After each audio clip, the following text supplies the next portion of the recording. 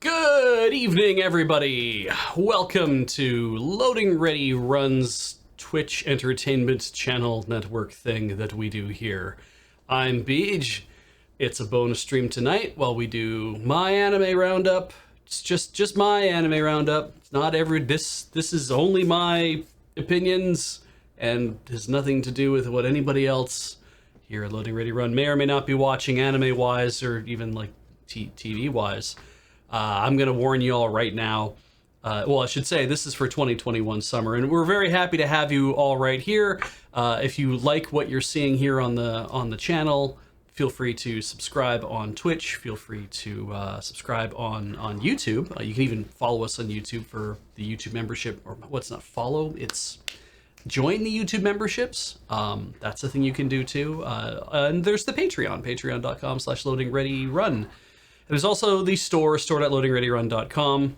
There's all sorts of things you can do to help support the channel, and those are some of them. And if you want to see more, I mean, if you're in the Twitch chat right now, you can check that out, or you can just ask in the comments, or you can look at all the little things, or in the YouTube description, or just, go to www.loadingreadyrun.com or lrr.cc. I probably seem a little weird right now because I haven't slept since 9 p.m. last night, and it's 6:47 right now, tonight. So now that's a lie, but it's an entertaining way to start the stream. I did have an hour's nap at 2 p.m. or 3 p.m. I can't remember which. Then I went grocery shopping. That was wild. What a neat experience that is. I'm sure when people get high, it's probably equivalent. It was, I had to be very quiet because it was only a little bit of grocery shopping, but boy, did I get milk. I got so much milk. You have no idea how much milk I got.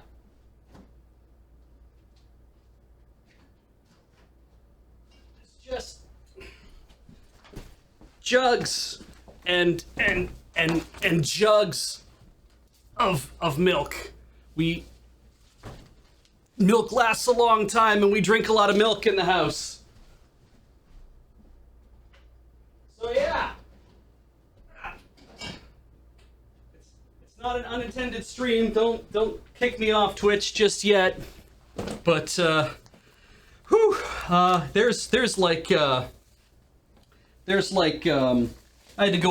had to run all the way to the Moonbase fridge to get those.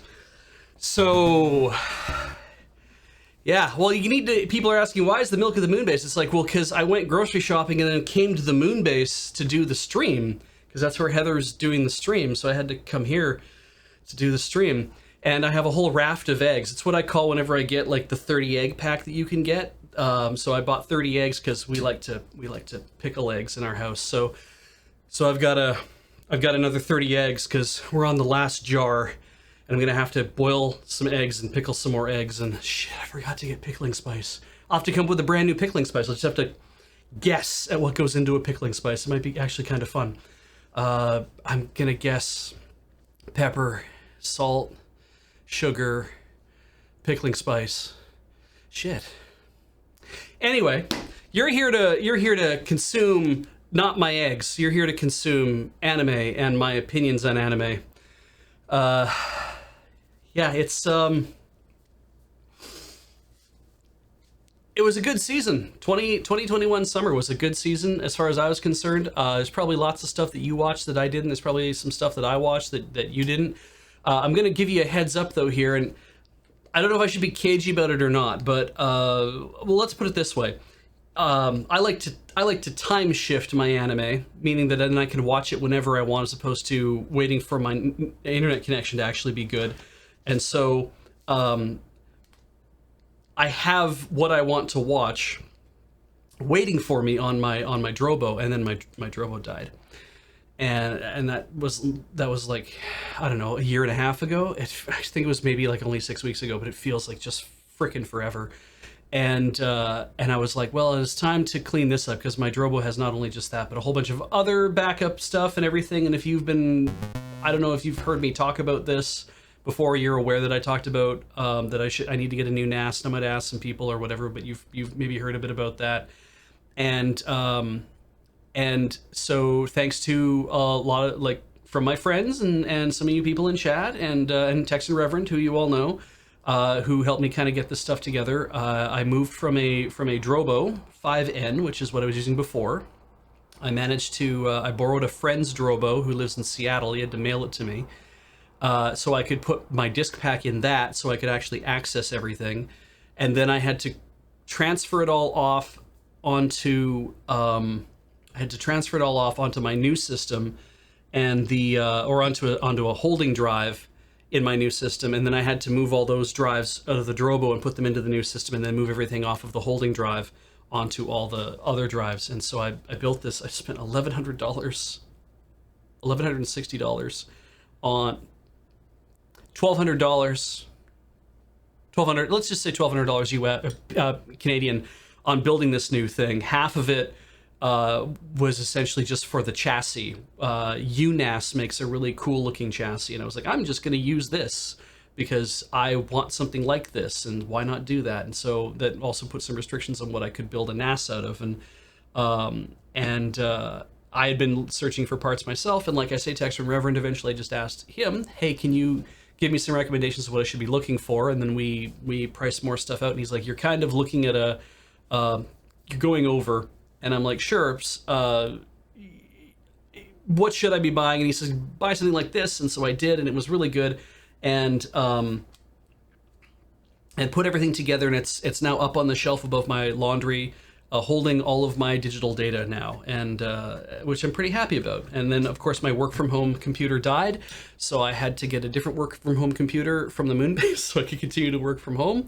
So that's been challenging. So there's been lots of challenges, and in setting up the new system so I can actually store stuff and do all the things that I was doing with my older system. And it's just been like, and that's been a big infringement upon me being able to watch stuff, because when things aren't available, it's hard for me to be able to just sit down and watch stuff when I want to. So, Contingent Cat, that wasn't a week. That was, that's been the last couple months. So, let's talk about this, because if I'm going to go until 9, I'm going to have to really get a move on. Did I actually set a timer? Who cares? What's my uptime? Oh, 13 minutes. Okay, so hey Siri, set a timer for 47 minutes. 47 minutes, counting down. Excellent. So in 47 minutes is our first ad break, unless something else has to happen. Oh, and Texans, it looks like he's even in the chat. So yeah, if you want to follow along, Dark Morford's got the link for you there. You can follow along with me. I'm using anychart.net. Summer 2021. If you're like, why does it not look like the one I'm seeing? Because you're not as zoomed in as I am. I zoom in a lot so you guys can actually see what it is that I'm looking at. So let's get rolling here. I'll grab the other mouse, which is the one that actually does stuff. Tensei Shitara Slime Datta Ken second season part 2. I didn't watch the first, so we didn't watch that. Kobayashi-san Chino Maid-Dragon S. Yes, I did watch this because I've seen the first one.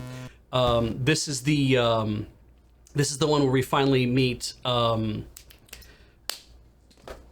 Christ, why am I having a problem with, I'm gonna have problems with everything tonight, but we, Ururu, we meet her for the first time, I believe, in this, and, it's actually been pretty good. It's, my biggest complaint with, Maid Dragon, in the manga was that it pushes, it tries to, Cool Shoshinsha keeps trying to inject plot into this very fun, laid-back story, and trying to be like, oh, well, there's a darker, mystical, magical, whatever, and it's like, I don't give a shit about any of that, and I have no idea why you keep trying to put it into this story.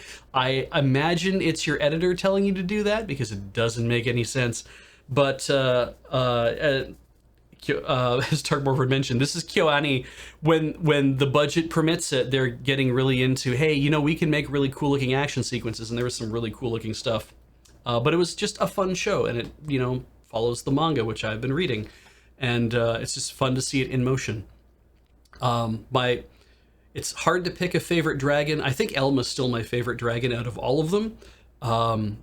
Kanna is great, and she is incredibly powerful. Like Renge is the most powerful in Non Non Biori, but I think, and I can always read good stories about Kanna, but Elma I think is my favorite overall because she's just she's just great the way she is. I like it. So I think that Pat Bear, and hi Pat, says that you like the backstory elements, didn't love the new dragon. Yeah, Ururu is like, I think Ururu was a challenge that was issued, where people were like, God, he keeps drawing big titties on all of his dragons, and I imagine Cool was like, oh, you think I'm drawing big titties? Well, strap in.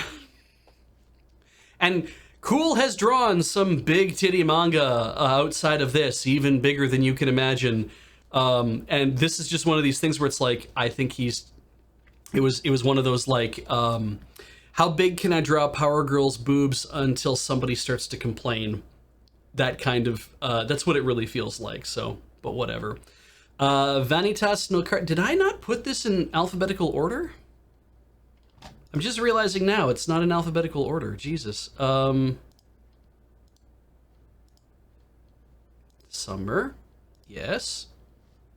Not airing. TBA. Nope. Settings. No. Summer. Well, F it. I guess we're doing it this way. Oh, hang on. That actually... sort by title. Okay, we're going to sort by title. Go ahead and sort by title, because I like to do this in alphabetical order. I just didn't realize I wasn't in alphabetical order. You can tell I haven't slept. Hyakuman no Inochi no Ue ni Ore wa Tatteiru second season. Didn't watch the first, didn't watch this either. Bokutachi no remake. Heather and I watched this together. When I asked her what she thought this was about, she's like, it looks like it's an adventure of a bunch of girls who have really big boobs. And I'm like, yeah, that's kind of all the picture tells you. It's not. Your main character is this dude here, the gray brown haired dude in the green and the white.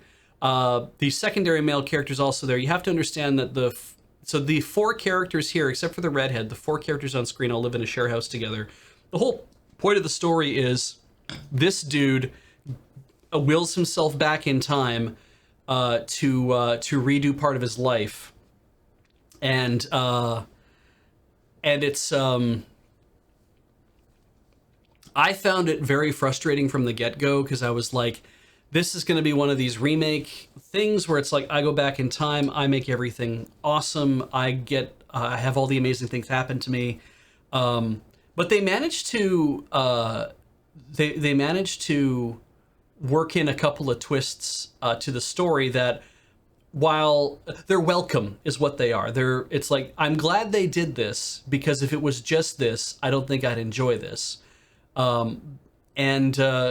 Did I like it? I ended up liking it. And I mean, we ended up watching it by about the third episode, I was like, okay, I think I'm on board with this. I think I'm on board with seeing where things are going to go to. But also 7 or 8 episodes of seeing what was going on, I was like, I'm getting used to seeing what is happening here. And there's not enough, like, there's too much of Gary Stu protagonism going on, where it's like, I'm just making things perfect and excellent and awesome because I have all this experience from being 28 years old previously, and I'm just kind of like, so, but overall ended up being a good series. I liked it. I think it's probably worth watching if you were looking for something that is, you know, a nice kind of slice of life drama thing. The romance isn't as heavy as you would expect. But it was good. I just, because, and I don't care how much of a goddamn spoiler it is for people who didn't watch this, I leaned over to Heather, I got up to get a drink, and I sat down and I said, you know what they need to do? is they just need to, during the school festival, I'm like, you know what he needs to do is he just needs to turn around and be like, okay, you know what? You get in a bunny suit, get on stage, and we're gonna God knows this shit. We're gonna Haruhi this up. You're gonna get out there and God knows it. And then we hit play, and I was victorious. And what's great is the year this takes place in is the same year Haruhi aired, and God knows would have been the hot goddamn song at that time. And I'm like, I did it. So that I didn't even realize that when I said it, but I was like, yes. So it's like, oh, I fucking called it. So that felt really good, to be like, yeah, I knew this was coming.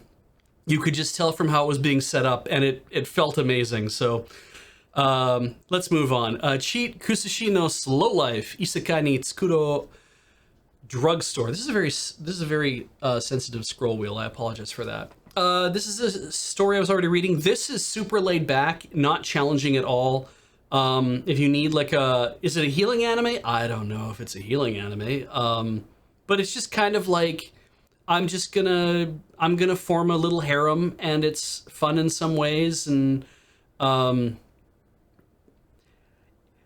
problem as I watched them, like, this will be fun. They keep reusing a lot of they have a little, like, instead of a transformation sequence, they have a sequence where the main character, Reiji here, is mixing up he's doing his apothecary thing, and he's mixing up drugs and whatnot. And it's kind of a weird dance. All the characters have like little weird motions and stuff they do. It's all of the same music all the time, and it's like, yeah. And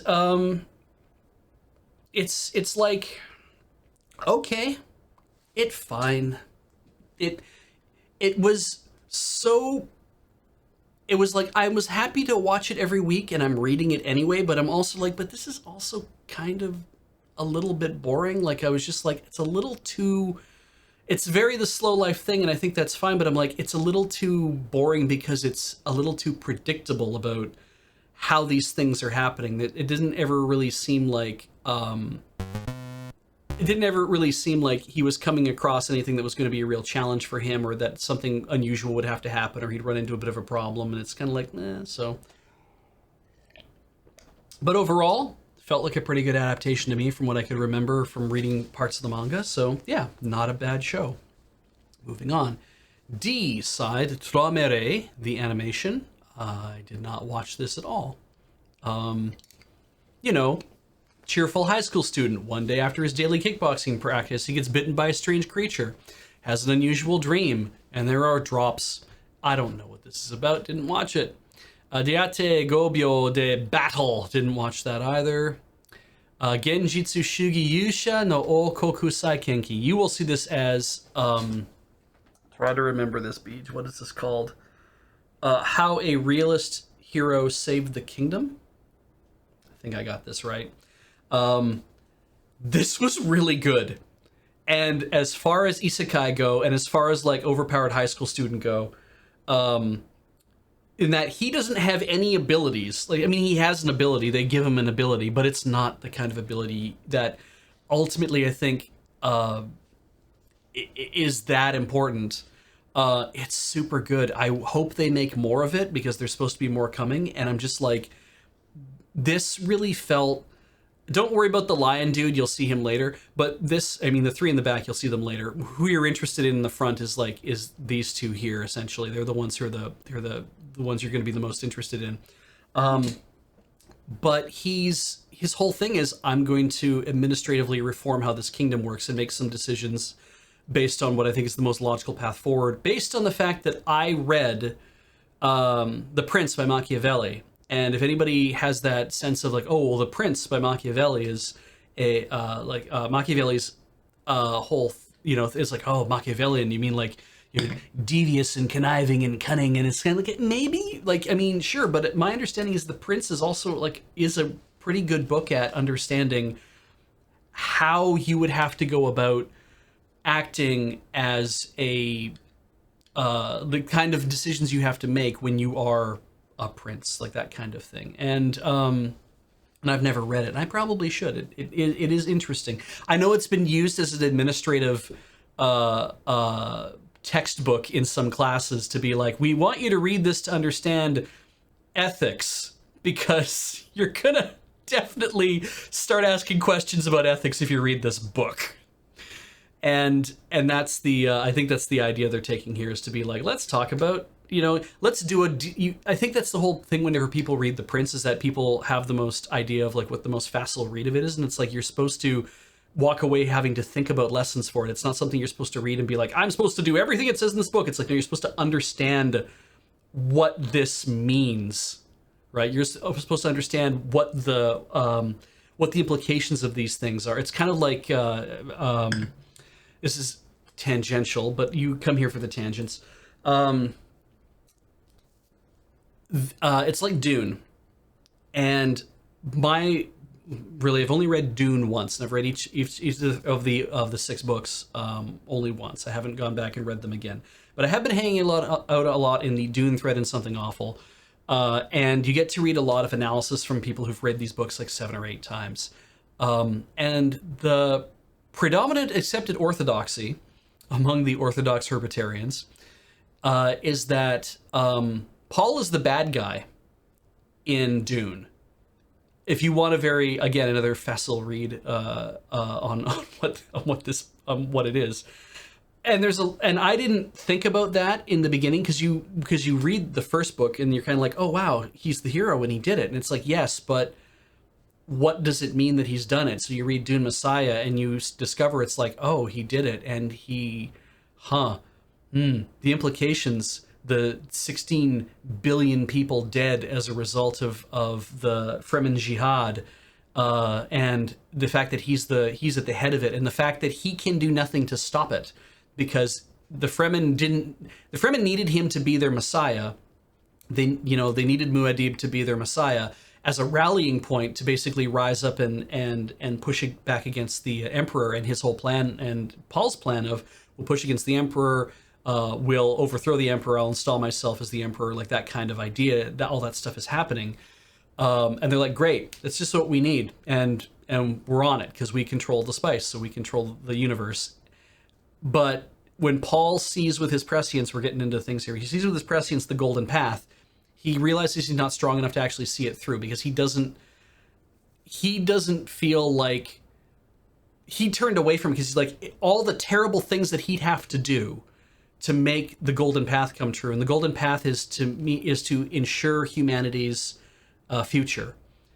But if you read God Emperor, you realize that so you have to go through to the 4th book to do this. You realize the whole idea with the golden path is we have to put humanity on a path to avoiding prescience, because prescience is now the thing that's going to rule the universe. And if you can find humans that can avoid the eye of prescience, then you can cause humanity to scatter in a way that it can't ever be destroyed.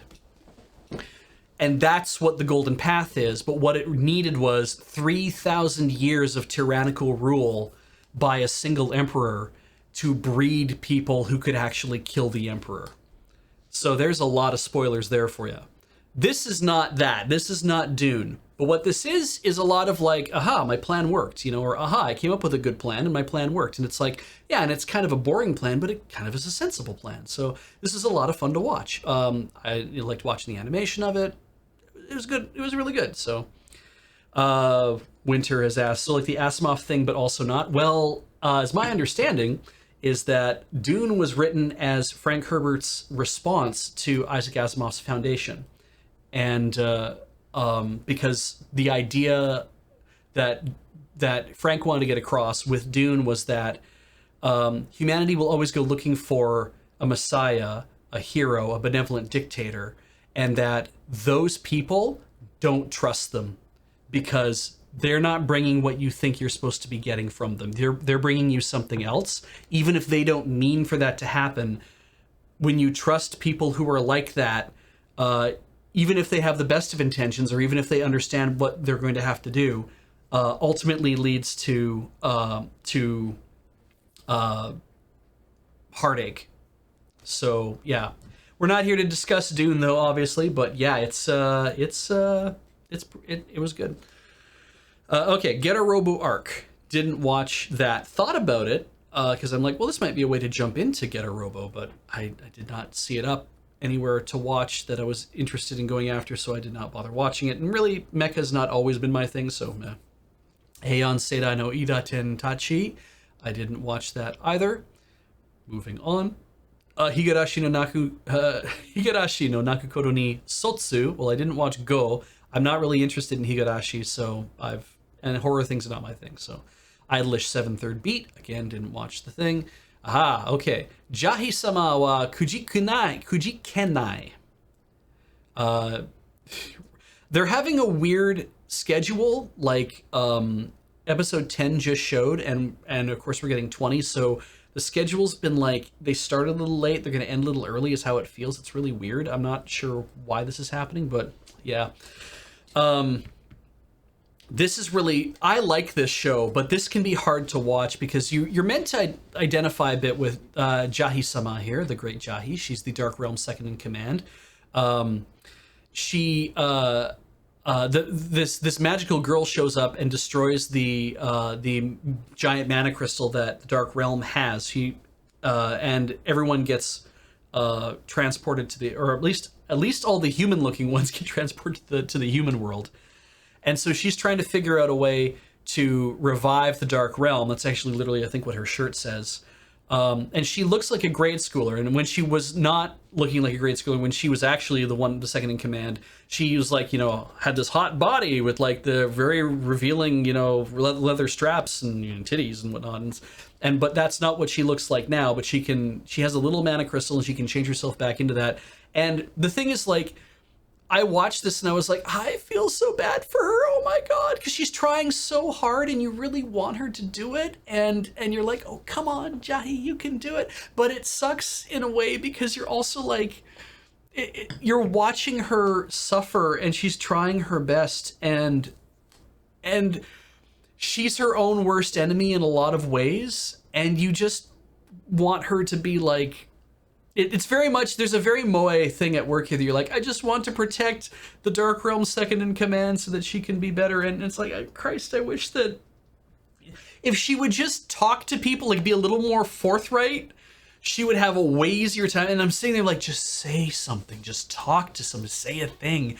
And it's nice that the humans that end up kind of semi-adopting her, like her kind of looking out for her, it's nice that they've put those people into the show and that they accept the fact she's like, I'm going to revive the Dark Realm. I'm like, sure you are. And then she transforms from a child into an adult and back into a child again. Like, oh, that's cool. All right. And they're completely accepting of that. They're like, that's fine. So, it's very cute. It can be very hard to watch if you have that kind of like, I identify too close and I don't want to feel this. But I like it. I think they did a great job adapting it from the manga. I've been reading the manga and they've really picked up a lot of good things and put them in the show. I'm curious to see where we're going to get in all 20 because we'll see what happens. But yeah. Moving on. Oh yeah. Okay, a standout show that you might have missed. But maybe I like theatrical arts. What is it? Kageki Shoujo. It sucks that this only got 13 episodes because they ended it at a point where it's like, this needs more, but also because it's a manga, there's probably way more that's been written about it. This is about the Koka School of Musical and Theatrical Arts. Essentially, it's an all-girls high school, kind of a finishing high school. It's just an interesting thing. It's a 2-year program that is like an elevator school. So you would join the Koka acting troupe, and there's only 24 students who get in every year, and there's hundreds and hundreds who apply. Trigger Happy nails it. Koka is Takarazuka with the serial numbers filed off. I have no idea if the Takarazuka Review has a finishing high school to basically bring students in to have them do this, like do what they do. But the students here, you basically leave high school after like grade 10. I guess is the best way to look at it, or year one of year one of high school. But you leave high school and you come to the Kolka school to learn how to act and sing and dance, but you already better be really good at that kind of stuff to begin with. And it is just a hard focus on we need you to do this stuff. We're going to teach you Japanese history? Not really, no. We're going to teach you, like, it seems like there's supposed to be general classes as well that you have to take, but we don't really focus on those. The crux of the story revolves around Sarasa, who's the really tall one here, with the big with the green tipped blonde twin tails. But there's also her friend whose name I forget, doesn't really matter, and the two of them are really kind of the ones you would focus at the center. But everybody gets a really good chance in these 13 episodes to be explored. Ai Narata, thank you, Trigger Happy. And I found it really compelling to watch. Like, each of these girls are trying their best. They want to do this thing. They want to be the one who walks down the Silver Bridge, which is you could only walk in the Silver Bridge in the Koka Theater if you are one of the top stars, like if you've been essentially invited to walk on that bridge to like take your bows and whatnot and do everything. And it's a drama, but it's not a heavy drama. It is slice of life because we're taking place in the high school and whatnot. There's some bullying, but not in the way that's like the kind of, like, if you really want to get really dramatic, girl on girl bullying and stuff. It's not that kind of thing. Even though it seems like there'd be lots of backbiting and stuff, there's some bullying, and you're kind of like, that girl's the worst. She's a villain. It's that kind of thing. But there's none of that stuff going on. Unless they're acting, but it is just interesting to get to see this. It's a lot of fun. So I really liked it. I think it's worth pick up 3 episodes of this and give it a shot. I think you might enjoy it.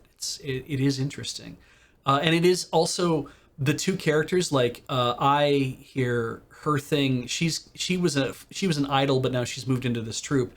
And she's very stone-faced. She's the Ainami Rei kind of no real affect kind of thing. You have to have that short blue-haired character who's like that. But I manages to grow a bit as a person, and you get to see there's something behind her that nobody's really seeing, and everybody gets to have part of that, where you get to see what everybody else is going through at the time. And I think there's even they do an eating disorder episode and stuff too, and it's really there's a lot of stuff going on here, and I just wish that they had given us another 13 episodes. It would have been really cool to see them go through and actually get to their graduation and see what happens. So moving on, Kaizoku Ojo. I guess Production IG has to find stuff to do, and I have no idea how they make their decisions these days about what it is they're doing. Heather and I are watching this. It seems interesting, but it also seems like, because it is a Crunchyroll and Adult Swim original, right? It's the Adult Swim one too, made by Production IG. It's so weird because it's pirates and 1800s, 1700s, whatever, but also we gotta fit in ninjas and samurai, but also there's a magical thing, but also there's we're about like 7 or 8 episodes in, and it's fine, but it's like, it seems like such a weird mishmash of stuff thrown together. I'm like, it felt like they got a bunch of people in a room to say, so Adult Swim wants to do a series, what can we pitch them? And Crunchyroll's giving us money too. Oh, what can we pitch them? Okay, well, what do Americans like? They like pirates and ninjas, right? Yeah, perfect, great. That's what this is about. It's about pirates and ninjas. And a submarine? Yes, it has a submarine in it as well. Great, awesome. And it's mystical, right? Sure, why not? Yeah. We're just throwing darts at a dartboard.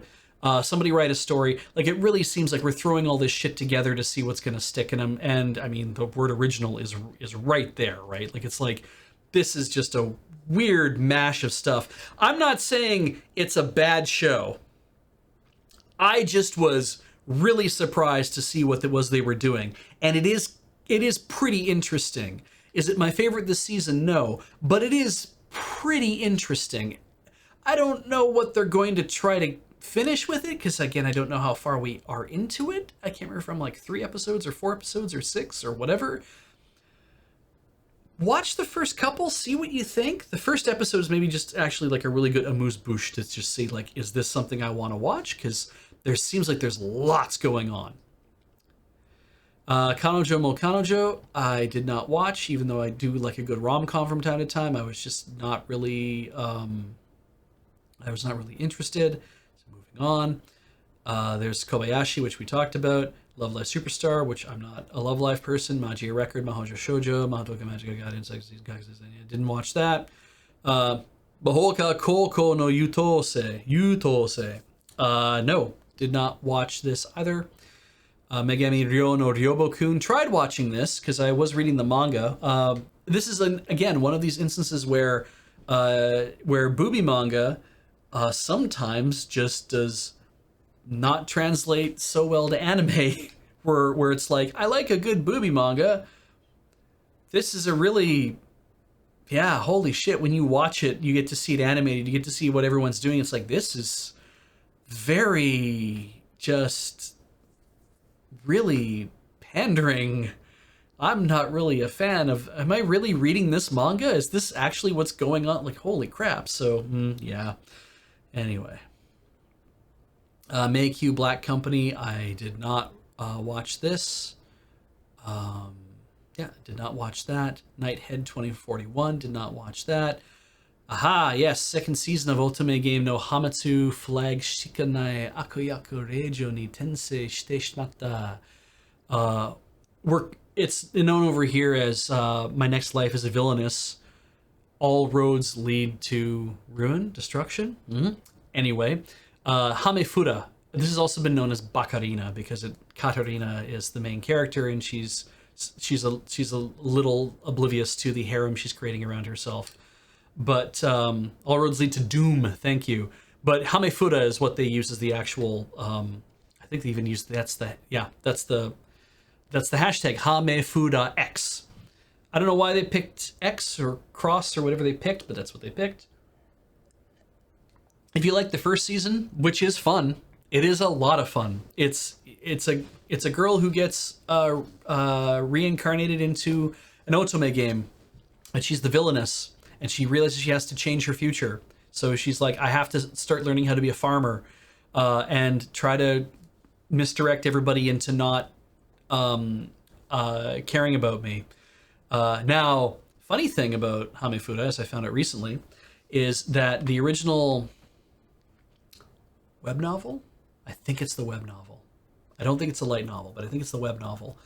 The ending for the web novel is, because you have to have a romantic ending for the web novel, is Katarina X Maria. It's a Yuri ending, which is fun. The author, when of course they're doing all these adaptations, came out and said, so I ended it this way. And in all the new adaptations, we've decided through conversation, it would be interesting to explore some other ways this could end. So we're not planning on doing a Katarina X Maria ending. Maybe you want to reverse this depending on who's the same. I have no idea. But that we can explore some ideas of, okay, maybe she does end up with Prince Jordo, or maybe she does end up with a harem ending with everybody, or who knows what happens. And it would be very fun, trigger happy, if every adaptation had a different end, just to see what happened. I have read manga where they've taken a different tack, where it's like, we're going to do multiple versions of this same story, but in each one we're going to follow a different path in this dating game. And yeah, this, I think, it is based on a dating game, so why not do that? Why not explore all the different ways you could end a dating game like this? So Pat Bear talked about the version where she doesn't realize she's reincarnated into this Ultimate game until she's in high school. More that it's the reincarnation happens, she hits her head in high school, and and she in, and she's like, oh no, this is Fortune Lover. Oh no, I'm Katarina. I'm the villainess. Oh no, it's 2 months until I get exiled. Oh no. And it's called like emergency situations, so Shitsune something or other. And I'm just kind of like, and I'm reading the manga, and it's really funny and really interesting because it is, of course, a different. She's like, I don't have time to learn anything to do. Okay, I have to learn swordplay. I have to talk to a swordplay teacher and figure this stuff out. Now, in the meantime, she's still changing her ways and apologizing to people, so it does change how this all works. But yeah, all the different adaptations of this have been very interesting. The anthologies are even good too, though I have to remember the anthologies aren't real stuff that's happening. Moving on, Peach Boy Riverside, didn't watch it. Pretty All Friends Selection, didn't watch that. Remain, that is definitely some see-through shirts on all those kids. Did not watch Remain. Scarlet Nexus, didn't watch that. Seirei Gensoki, didn't watch that. Aha, Shinigami Botchan Tokuro Maid. If you have I'm going to warn you right now, if you have a problem watching modern 3D animation where they really, really heavily lean into the 3D of it, you are going to have a bad time with this show, because holy crap. The 3D is remarkably obvious. That being said, the story is still fun. I still enjoy it. The manga is 184 chapters long. I thought they would hopefully be able to get somewhere with it. It sounds like they're making a movie edition of it, I think, or they're going to make a movie that follows up. But it's fun. It's about the young Duke, the Botchan here, who I don't think we ever learned his name. He gets cursed when he's 5 years old, and everything he touches, if it has life, it will die. Plants, you can see that there, animals, people, doesn't matter what it is. If he touches them, they'll die. Now, if he like wears thick enough clothing, apparently it won't actually transmit, but gloves won't actually do the job, like pants or anything else won't do the job either. Like he has to dress up in some big stuff. I think the story's kind of interesting. I think what they managed to get through with it in the 12 episodes is good, but a lot of the story that I've really enjoyed does not happen in these 12 episodes. The much later stuff that happens that makes it a lot more difficult on them, that gives them, there's a lot of like witchy stuff going on and all that. It's way later, but all the fun slice of life type things of watching Alice constantly tease him and flirt with him is really fun. My biggest problem with the translation I was watching is they call Kaf, they translate her name as Cuff, Cuff, but I got so used to reading her name as Kaf. Caph is how I've seen it transliterated, and I think that's a little more elegant of a name, Cuff, but she's the redhead in the back here. But yeah, it's they're on a quest to try to break this curse. They do not break the curse by the end of the 12 episodes. Spoilers, but hey, there's so much story. Maybe you watch this and you're like, oh, this was actually kind of cute. It was fun in its own way. Shiroi Suna no Aquatope thought this was going to only be 13 episodes. I was wrong. Certainly sets itself up to feel like after 12 episodes that it's going to be done, and I thought 13 was going to be a time skip episode where we finish. I'm like, oh look, they even made a new opening theme for episode 13 just to kind of show what it's like in the future. And Heather's like, interesting. Wait, why are there new characters? Oh, maybe they don't matter. No, but why would they put new characters in an opening theme for people that you have no idea who they are? Oh, this is 24 episodes. Oh, wow. I like this. Heather has liked this so far as well.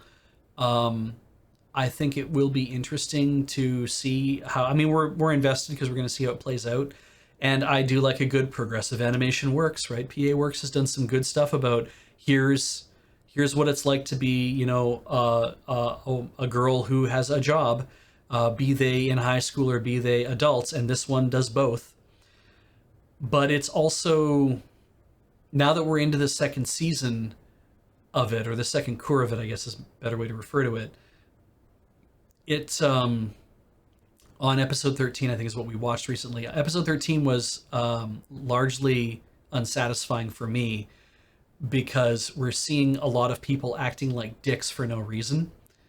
Or no, I'm not. That's maybe not for no reason. We're seeing people act like dicks for dramatic reasons. And I hate that. Because I feel like that's a cop-out. I feel like when...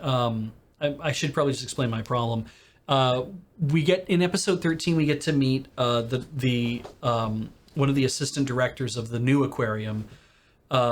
If you haven't seen this, that's not really much spoilers. You're going to know they're building a new aquarium in this. But we meet one of the assistant directors of the new aquarium, and he's doing what feels like hazing in a way. He's intentionally saying, he's like, I don't have time to train you as a new employee, so you need to go off and read. Here's a whole stack of shit I need you to read. It's like it's a mile high. Here's all these books I need you to read. Read this stuff, and then the next day, when the employee comes back in to be like, okay, cool, I'm here to like continue to read this stuff and get trained and do whatever, and I had to give up part of my day because I had to have a tour of the facility, which was fine. He's like, hey, so. Oh, hey, hi Wiggins for the raid. When the assistant director shows up, he's like, hey, so where are we at with that project that I had you working on? She's been there one working day. That project that I assigned you to do, and he's like, and she's like, what project? He's like, it's in the pile of stuff I gave you. And she goes through everything. She's still in the first book in the pile, the aquarium manual. She goes through all the other books and of stuff they have, and she gets to the bottom, and there's a thing like 3 from the bottom that is a tour that they're doing, a behind the scenes tour they're doing, that's happening that afternoon. They just hired her the day before. This is apparently an important tour that they're doing, and his thing was like, I'm going to assign this to this brand new person to do, but I'm going to give her a ton of reading, and I'm going to bury this in the thing. And I'm kind of like, that just feels like hazing. Like, and he's not even treating it like it's hazing. He's treating it like it's completely obvious that she should have been able to see this thing. And I'm just like, no, that's you being a shitty boss, and not in a way that's defensible whatsoever. So I'm just kind of like, that's if I ever acted like that to one of my employees, I would expect to have my boss corner me and say, why did you do that? Are you intentionally trying to harass them? Like, that should be coming. And I'm just like, you wrote this person this way and acting like, and saying like, oh, she did something wrong because she didn't see this. I'm kind of like, this aquarium doesn't seem like a black company, right? Like, it doesn't seem like it's trying to harass people or whatever, but I'm just like, no, this is a terrible goddamn. And then it was basically like, well, you better get on this. And then when she tried to make it all work, he was like, no, we're canceling it because clearly it's not going to work out because of whatever issue. And she makes a whole bunch of trouble as a result because she's trying to make it work because her boss said to try to make it work. And I'm just like, I'm ruining episode 13 for you, but I was just like, yeah, it really felt like really lazy writing. As Ref Zalo says, it's like, yeah, it's just like, this is the guy you're supposed to hate. And I'm like, that was not a good way to write that. They should have written him as like, there are so many other ways you could have written that to be like, he assigned her the thing, but she didn't have time to see it. And then he's like, right. No, you wouldn't have. I gave you so much stuff to read. Okay, well, can you get on it now? Can you try to make it work now? And try to just be like he should have kind of taken a bit of responsibility for the fact that he's like, right, I should have been a little more clear about that, or, you know, something to kind of be like, this is the more fair way to treat this kind of thing, or be like, or this is happening at the last minute. I need someone to do it. Everyone's busy, so I need you to try to organize it. So go do it. Like, if he just kind of like put it in front of her like that, and then she tried to do it and she kept screwing things up, be like, no, we're just going to cancel it then. You couldn't do it. And then she could live with the fact that she's like, she was bad at the job, even though she's not really bad at the job. But it's just like, so anyway, I think that I have opinions, but I'm like, I'm hoping this, because they're writing the second season starting this way, that I'm like, okay, you're setting up redemption arcs for all of these people. most likely. They're all going to have their reasons, right? Kind of like how in Shirobako, that like whatever the hell his name was, the blonde dude turned out to be actually good at his job, kind of eventually, and he was less annoying than the glasses dude who showed up, who he had reasons as well, but he was also like even worse at his job because he was a shithead. And I'm like, is this what we're following? Is we're following this path of you got somebody who's incompetent, but don't worry, we're going to introduce a shithead, and then that's the person you're really going to hate. I'm like, oh God, really? Is that what we're doing here, PA Works? God, I hope not. We'll see. It's still an interesting show. I am liking it. Sunny Boy did not watch this. Tante wa mo shindeiru. I downloaded the first episode. Heather and I watched the first episode. This is The Detective Is Already Dead. We watched the first episode and we just were kind of like, no, it's the supernatural thing kicks in and you're like, okay. I don't think this is what we want to watch. And so we dropped it after the first episode because it's just like, I don't think this is going to be what we want to see. I mean, yeah, the first episode aired with a runtime of 46 minutes. So we did get to watch like a long thing, but it's just like, yeah, this doesn't really feel like what I'm expecting it to be. I don't think this is what we want to watch. So we just kind of, we dropped it. Maybe it's good. Maybe if you watch more, it's good, but I have no idea. Ken, we talked about Tensei Shitara that I didn't watch already. Tsukiga Michibika Isekai Dochu. Last time I said I was going to try to watch this. Watched the first episode and I dropped it because I was just like, I'm already watching some other isekai things that are happening this season, and I don't know if this is the one that I want to watch. It doesn't really feel like it's the one I want to watch. And so I just through a point of disinterest, I just gave up on this. So yeah, and some people did enjoy it, so I'm glad you're enjoying it. Tsuki Pro the Animation 2. Okay, right. There would be a second one happening. I guess they're airing it again, but I didn't watch it in the first place because I didn't watch the first one either. Uramichi Onisan, or Life Lessons with Uramichi Onisan. This can be hard for people because it can be pretty fucking real. It is it's a story about a guy, or about a kid's show, and Uramichi here, he's the exercise instructor, and he's very upbeat when he's on the air, but sometimes this is the best I've ever seen somebody like put this up, right? It's like sometimes he can't keep his sardonicons to himself, right? And it's like everyone keeps revealing the plight of adulthood on the air in front of children. Children keep asking things too. Like the manga is wonderful because it fits the format so well. I bounced off the anime because the manga works with the material so well. The anime, I just couldn't keep me interested in watching the same kind of thing. But I did watch, I think, 3 episodes of it. I think I have it all now so I can go back and binge it. But it's so fun, like, where he takes a question from one of the kids in the audience. Tensek just basically pointed this out. It's like, I think in the manga, it's my dad is also 29 years old. Do you also have any kids? And there's just like a panel of like, dong. And he's like, and everyone's like waiting for him to say something. He's like, let me just have a moment to catch my breath. And it's just very like, that kind of feeling where it's like, right, we're supposed to do these things, but we don't. And it's tough. And I think that's the thing, is that it's dark comedy. It basically, if you've been having a tough time as an adult, you will identify with this, and it will probably also be really hard to watch in that respect if you're like find yourself very vulnerable to that. So yeah. Moving down some more, Vanitas no Carte, or maybe just Carte.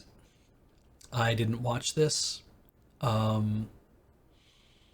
Yeah, didn't watch that. Great. I'm glad that didn't show up by accident. Let's just roll through this real quick. Gyu Yurum, no. Kick and Slide, no. Liela no Uta, no. anime music segment. For each Love Live Superstar episode. Cool. Ore Tsushima. Pat shared with me that this is on YouTube. You can watch it for free.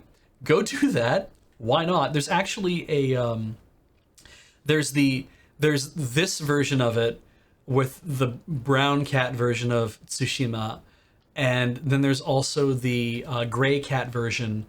And they're both they're like 24 episodes or whatever of the gray cat version, and there's 12 episodes of the brown cat version, and it's just kind of it just feels like short form yonkoma. As Pat says, the art style is very weird, and it is, and it's not. They're just very short jokes. They're just very short situations. There's nothing challenging about this. It's just kind of fun and goofy, and I actually really like the animation being kind of like this weird. It's very unusual for what you're looking. I could probably even just watch one here, but well, you guys can go find it. The links are right here. I think they'll probably just take you right to they take you right to the playlist. So boom, there you go. Yamishibai 9, nope. Bakugan Geogan Rising, nope. Blue Reflection Ray, nope. Boku no Hero Academia 5, nope. Dinosaur Beauty, nope. Eden 0, nope. Fumetsu no Anata E, no, I dropped that after like an episode or two, so nope. Mighty Mashita Iruma-kun 2, and I didn't watch the first one, so nope. Apparently, though, a lot of people like this. It's apparently pretty popular, so you can check that out. Might be good. I'm not sure. Shaman King 2021. See, Pat Bear likes it. Go watch it because he says it's good. Tokyo Revengers. I did not watch that. And then movies. 100 Nichika Nigitawani. Nope, didn't watch that. Didn't watch the Bang Dream thing. Didn't watch the Bang Dream thing. Didn't watch Blink in the Desert. Didn't watch the Boku no Hero Academia movie. Did watch this because it's on Netflix. What the hell is this called again? Words bubble up like soda pop. That's where the Saida comes from. Saida no yo ni kotoba ga waki agaru. This is pretty good. It's not challenging at all. It is not a challenging show. It's just kind of fun. It's kind of interesting. It's probably pretty much by the numbers you're going to notice, but it's just nice and fun. And it's on Netflix. Check it out. The animation's really cool. I think the style they went with I think is really interesting. It is lovely and beautiful and bright, and God, it looks good on my new TV because it's just so good. It's not sad. It's happy. And it takes place in a shopping mall, and there's a lot of interesting things in it that I get. Like the house that Smile lives in is a really interesting house, and I feel, and the mall itself is interesting as well, because it really does feel like a shopping mall, and the surrounding countryside, and like whoever was working on landscapes and the overall like background direction of this, I think did a fantastic job, because they really wanted things to have a real sense of place and a real sense of interesting place. And I think they did an excellent job being like, this is what this has to look like and what it has to feel like. These are the things we're trying to capture with this. I love that there's a place in the mall that's like a daycare for elderly people. So what happens is that people who have, as far as I can read this, people who have elders living in their house, so, father, father-in-law, mother, mother-in-law, that kind of thing. If you have to work during the day, or whatever, you might find the best thing for your parents is be like, well, let's send them somewhere they can socialize with other elderly people. So there's a store in the mall that is basically like a daycare where you send these people and they go in and they have younger people working in there. Like either there's like Cherry works there as he works there as an attendant, and there's a lot of other but there's people who have actual like full-time adults having full-time jobs there, and the whole point is to be like, we're here to be to help look after these people, to give them things to do, to give them stimulating stuff to keep them active, and yeah, it's just really I was like so surprised to see that as an idea of elder care that I was like, this is a thing where you sign your parents up for this, and whether it's supported by the city or whether it's a thing you have to pay for, I have no idea. But it surprised me as like, oh yeah, I guess if you when you have older people who are living, like my grandparents, both sets of my grandparents ended up living in assisted living places or independent living places that were attached to assisted living places that were attached to continuing care centers, and they that was opportunities for them to meet other people their age, so peers who have the same kind of life experiences, for them to interact with them. They usually have a restaurant built into the building, so you can go down, you can pay for dinner that night at the restaurant if you want to, and that's how older people can end up socializing in a group, being like you're in a very close group with a lot of people who live in the complex. Hope you'll find a couple people you get along with if you like interacting with other people, but maybe that's harder to do in some cases, and this was their solution to that. And I'm like, the show doesn't have to do with that, but that is a place setting that is of some importance within the show, because that's Cherry's part-time job, and there's an old man, Fujiyama, who works there, and he's looking for an old record, and so they're trying to help him find stuff, and it's a good, nice movie. So I'd say watch it. And it's wistful, and it's bittersweet in a way, but it's also sweet in a way. So I mean, yeah, I recommend it. We had a good time watching it.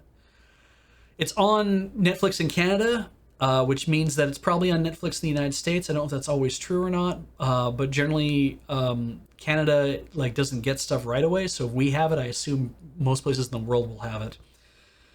Fate Grand Order, didn't watch that. Kaled Liner, didn't watch that. Didn't watch Freeze the Final Stroke. Zenpen, didn't watch that. Didn't watch the Gundam Reconquista in G film. Didn't watch the Kakushigoto compilation movie, which has new scenes. Maybe someday I will, because I do like the series. I think it is quite interesting. Didn't watch Kineto Mosaic. Haven't watched Misaki no Mayoiga yet. I do want to watch it at some point. Hopefully I'll have a chance to see it if it ends up on a service of some sort. Nanatsu no Taizai, didn't watch that. Didn't watch Yoshiri Tante, whatever. Didn't watch the Tennis no Oji-sama. It's got a new original story, right? So, haven't watched this yet. Hopefully this is going to show up on a service that I have access to. And we'll get a chance to see it, because I do want to see Belle. Let's see, Shinkai no Survival. We're going to burn through this, and we're going to take a break here really quick. Didn't watch that. Didn't watch the Anpan Man thing. Didn't watch Tomorrow's Leaves.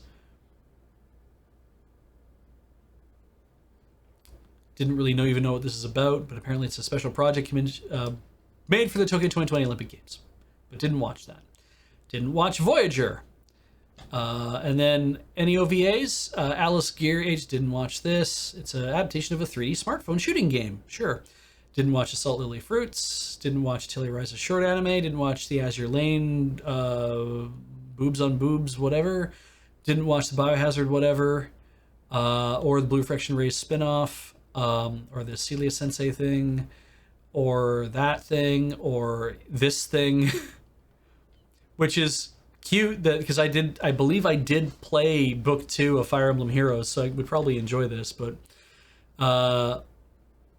yeah, this is from Shaman King, so I probably wouldn't get it. Didn't watch Cinderella 9 ever. Have never watched Italia. Didn't watch Isekai Cheat Magician, or I don't think I watched that one either. I haven't seen any of these. I'm assuming they're gonna make it onto some sort of place I can watch them eventually. Looking for this, because I do like The Ancient Magus Bride, but I have not found these anywhere to watch yet. I'm sure somebody will have them up eventually somewhere. Not that. Calorie Mate web movie. I feel like I might have seen this. I can't remember, but I feel like I might have. I think somebody might have showed it to me. Anyway, right. No, I did not watch the short that comes with Megalobox 2. I did watch Megalobox, though, finally, and it is good. I do have to watch Nomad to see what happens, but yeah, if you haven't seen Megalobox, watch it. It's on a few different services, I think. watch the first few episodes, see if you like it. It is an interesting show. It is very much like, if you know that it's based on Ashton No Joe, you know that the whole point is about an underdog rising up to do whatever. But the fact that it's only 13 episodes instead of like 52 means that you move along at a really rapid pace through what's going to happen in the show. So Megalobox was good.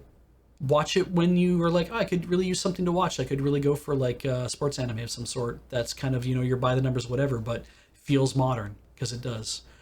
Obey Me? Nope. There's the original net animation of Ore Tsushima. So if you're on this page, you can find the Gray Kitty one, or you can find the other one. Ozumo-san. Don't know what that's all about. Princess Principal, didn't watch that. Or EST Gundam World Heroes, or then Attack on Titan's final season. Oh, they made mini animations. That's cute. Maybe I will look those up on Twitter and find them or something. Didn't watch this show to begin with.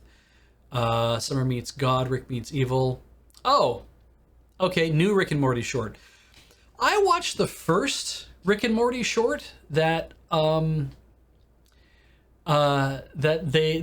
first Japanese Rick and Morty short. I didn't enjoy it because I felt like it's one of those things where the reason why this exists, nobody knows why. There's already one that came out.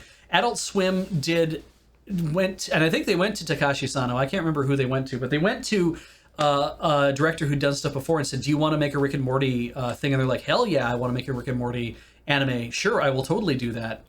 And it is anime as hell, which sucks because that has never been what Rick and Morty is to me. Like, I think that the recent, and I like Rick and Morty a lot because I have such a huge brain, obviously. But the Rick and Morty Voltron takeoff episode that they did is probably the best. Like they did a recent the closing episode to like the season finale for this season is also a very anime feeling kind of thing too. But the Voltron one really gets into the nuts and bolts of Voltron, but what if Voltron, but through this, the fucked up Rick kind of lens, right? And I'm like, that's what I watched Rick and Morty for, is that it feels like that it's put through that lens. The Rick and Morty short I already watched, the first one, feels like someone took the characters and then made an anime, but it just had all those characters in it. Which is like, you might say it's like the Ghost in the Shell live action movie, or really any other kind of live action movie sometimes that gets made from an anime thing, where it's like, I'm going to take this idea and I'm going to make it in another form, and I'm going to try to hit all the beats, but I'm not going to make it feel like the original show in that way. Like, it's not going to feel like the way the original show is, because we have to make changes because it's being done by a different culture. Sometimes that, when you focus through a different lens that way, sometimes it fucks up that as well. We're over time here. I'm just gonna finish this off so we can take a break. So this is Tensai Oji no Akaji Kokasai Seijutsu. Has a short drama. Nope, didn't watch that. Didn't watch Tokyo Revengers Chibi thing. Didn't get to watch the SNS thing for Tonikaku Kawaii. I definitely would. I'd like to see that. It seems pretty cute. Didn't watch the last episode of Wonder Egg Priority. Apparently everyone's furious at it. So we have it, and I will watch it at some point, but haven't yet. So Yamishi by 9 Special, didn't watch that. Yoshima Ho. No, didn't watch that. Not really that interested. Yojo Senki. God, my eyes are not understanding things. No, I did not watch that either. It has got the nut though. So anyway, that's 2021 summer. So we're gonna take a break, and you're gonna watch some commercials. We'll come back in a few minutes. I'm gonna get a little more water, and we're gonna take a look at fall, and I'm gonna be surprised by what I see, because I forget everything that's happening. every day, all the time. I have the commercial button over here. Oh, wait, no, that's the wrong mouse. Commercial button is over here. Commercial button is over. Where's the mouse gone? Hello, mouse. Okay, I think I'll put it on a timer. That's to keep me in line of something, but we might not come back with a timer. But sit tight. I will come back. Because I have to. And we'll figure something out. So we'll see you in a few minutes. Stick around.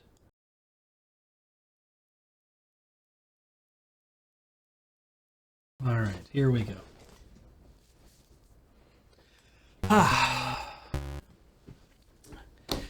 Hello, we're back. It is more of Beej's Anime Roundup. My Anime Roundup. It is my thing. It is my opinions and nobody else's. That's just how it is here at Loading Ready Run. It's how I run this stream, and it's fine. People talking about Lego. You're getting Lego ads. It's funny because right now is the time of year when I go to toy stores looking for the next thing that I'm going to build for Desert Bus. I say I'm going to build. No, it gets built on Zeta. That becomes in the building process on the Zeta shift through many people. It's not just me who builds it. We have many of us who are contributing to the whole construction of it.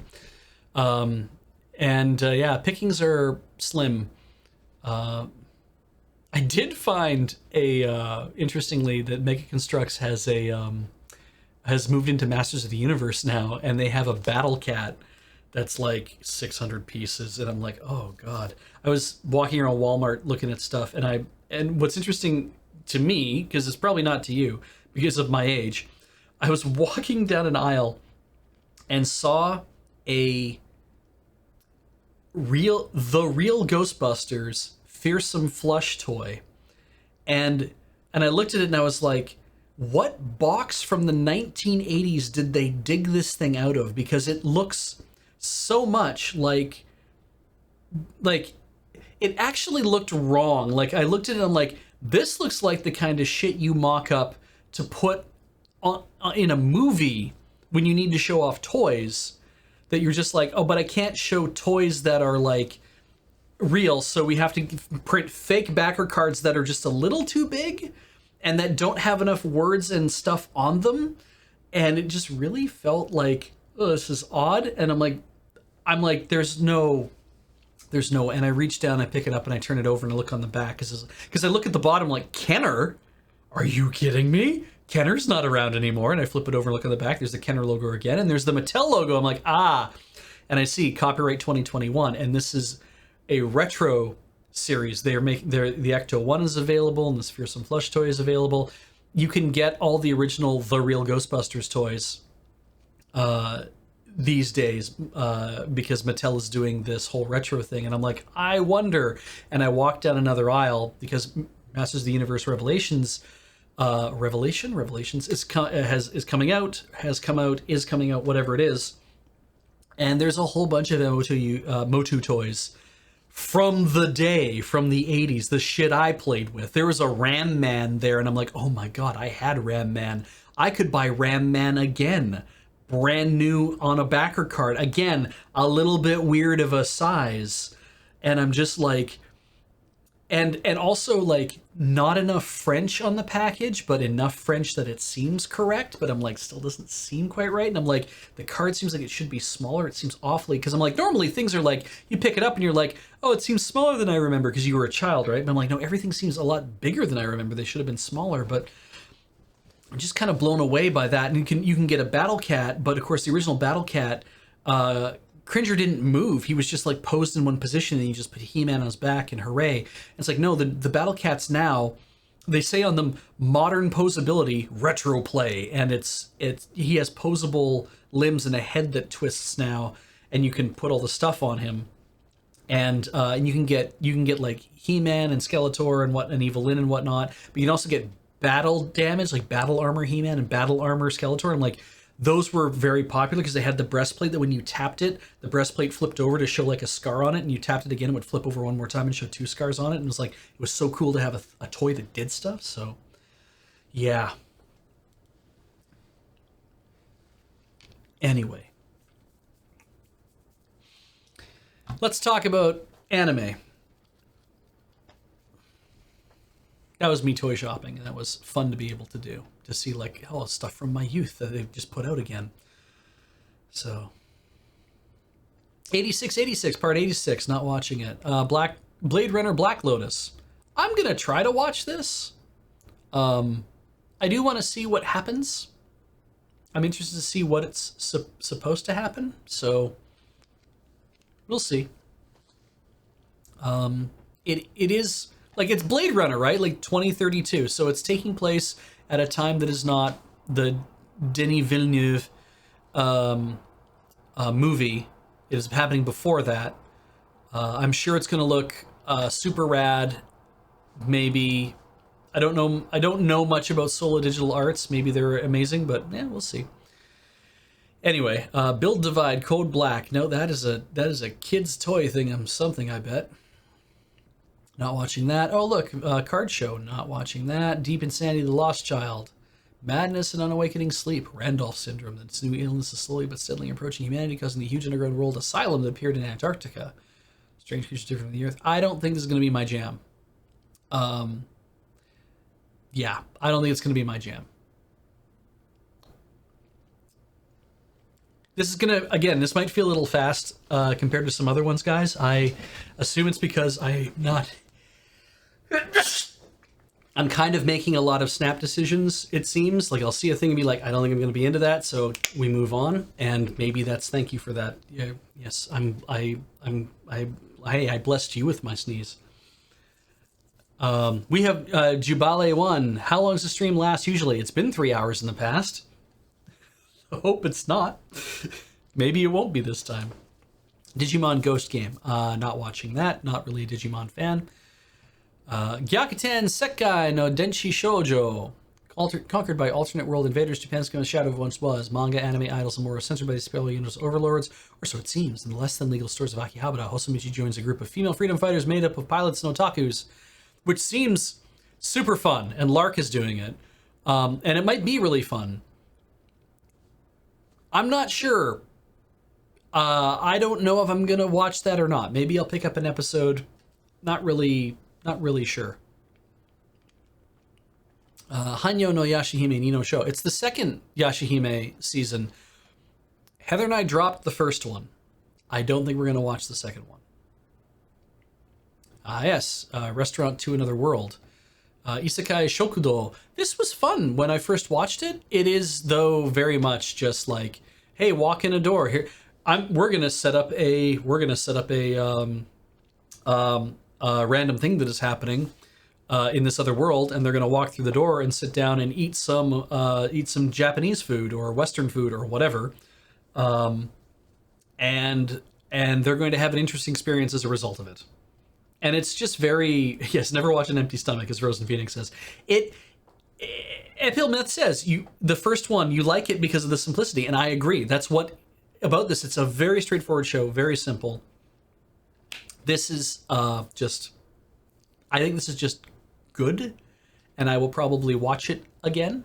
We'll see what happens, so, yeah, we'll see what happens. Haha. So, part 6 of JoJo's Bizarre Adventure, Stone Ocean, is getting an adaptation because after Stardust Crusaders did as well as it did, and then they did Diamond is Unbreakable, and that went as well as it did, and it's like, well, I guess we got to make all of them now.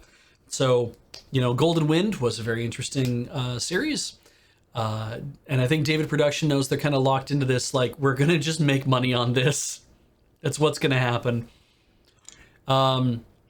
Yeah, this one is set in Florida because Jolene Cujo is the main character this time. We have a Lady JoJo, and so it's weird because, like, we went from England to America, right? We have Jonathan Joestar from England to Joseph Joestar in America to Kujo Jotaro in Japan. And then we get, come on, Josuke in Morio City in Japan as well. But then we go to Italy for Giorno. And then Kujo Jotaro takes us back to America because everyone loves Jotaro, right? I guess Araki must have loved Jotaro as well because it's like he's been in 3 seasons so far. Which is Joseph. I think Joseph was in season 2. He's in season 3, and he's technically part of season 4. And so it's like, so we come to America, and Jolene is in jail, and the whole thing happens in jail. It is about being in jail, I guess. I'm not really sure, but you know, hey, Florida. So we'll see how this happens. And I think because after Stone Ocean is Steel Ball Run, and Steel Ball Run is like a reset, and it happens in early days America. And then after that, I think is Jojo Leon, which I think takes place back in Japan again. So, yeah, weird. We jump all over the place, but I'm interested in seeing this to see what happens. So, looking forward to that. But of course, you have to wait till December. Kimetsu no Yaiba, never watched the series, so not really my jam. Komi-san wa Komyusho desu. A lot of people have opinions about this series. And if you have an opinion that is not mine, great. I love this manga. It is so fun. Some people don't like this manga. They think it's weirdly exploitative or something. I don't know. I don't find it that way because it is what it is. And I'm really happy this is getting an anime, and I'm really sad that we're not going to see it all the way through. It's wrapping up in the manga right now, and we're into like chapter 324, and you're like, oh my God. I'm like, yeah, but some chapters are 6 pages long. Some chapters are 4 pages long. Some chapters are long. But yeah, this is a story about Tadano-kun is our main character. But Komi here, Komi Shoko, she's the lead, and she is beautiful and beloved. It has this weird hair thing that, but it's so iconic. I mean, it's really weird on her, but it's an iconic thing. She is a beauty, and she is a cool, aloof beauty. But she's not. She just finds it hard to talk. And Tadano-kun is kind of the center, because he's just a normal dude. He is straight up normal main character, but he's the kind of main character that I really like because he's not like, I'm going to try to do everything and I'm going to do things and then we're going to have things happen. He is really kind of like, I'm a little, I'm not really confident, but I'm not really unconfident, but I'm just kind of a guy. Like, I don't really know. He's very beige. Yeah, the Maricat. It's not bad. And yeah, as Julian says, he's generic, but he's not an asshole. He's not in a way that I think people might find him irritating. Maybe some people will. Maybe they will, see his timidity and be like, oh, I don't like that.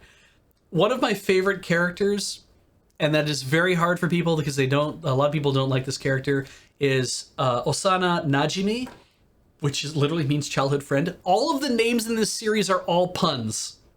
They're all puns. And there's 30 kids in the class, and you eventually meet them all in the series.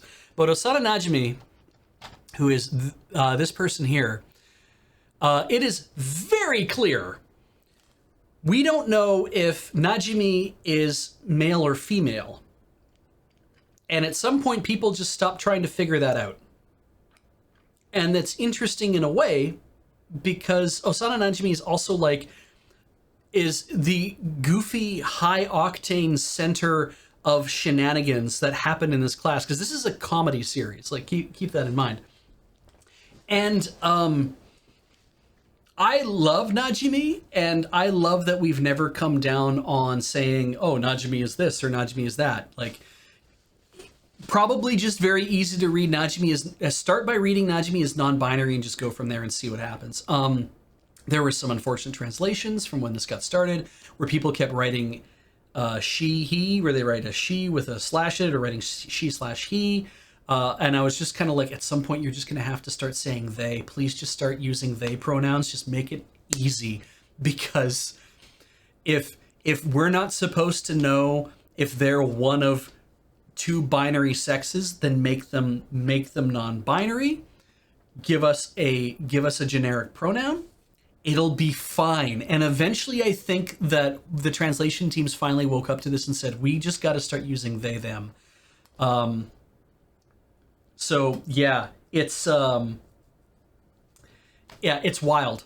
But yeah, I think Najimi's a lot of fun. I think a lot of the characters are a lot of fun. There's Yamai-san, who is not fun at all. She's a fucking lot to deal with because she's kind of the yandere, but she's yandere towards Komi. She really wants to be, but she's really fucking creepy, and it's just like, I don't like her very much. And what's funny is that I think the author ended up not liking Yamai too much because they started downplaying her in the story, but she still has her moments. I have a lozenge, by the way, so my throat's starting to bug me. But anyway,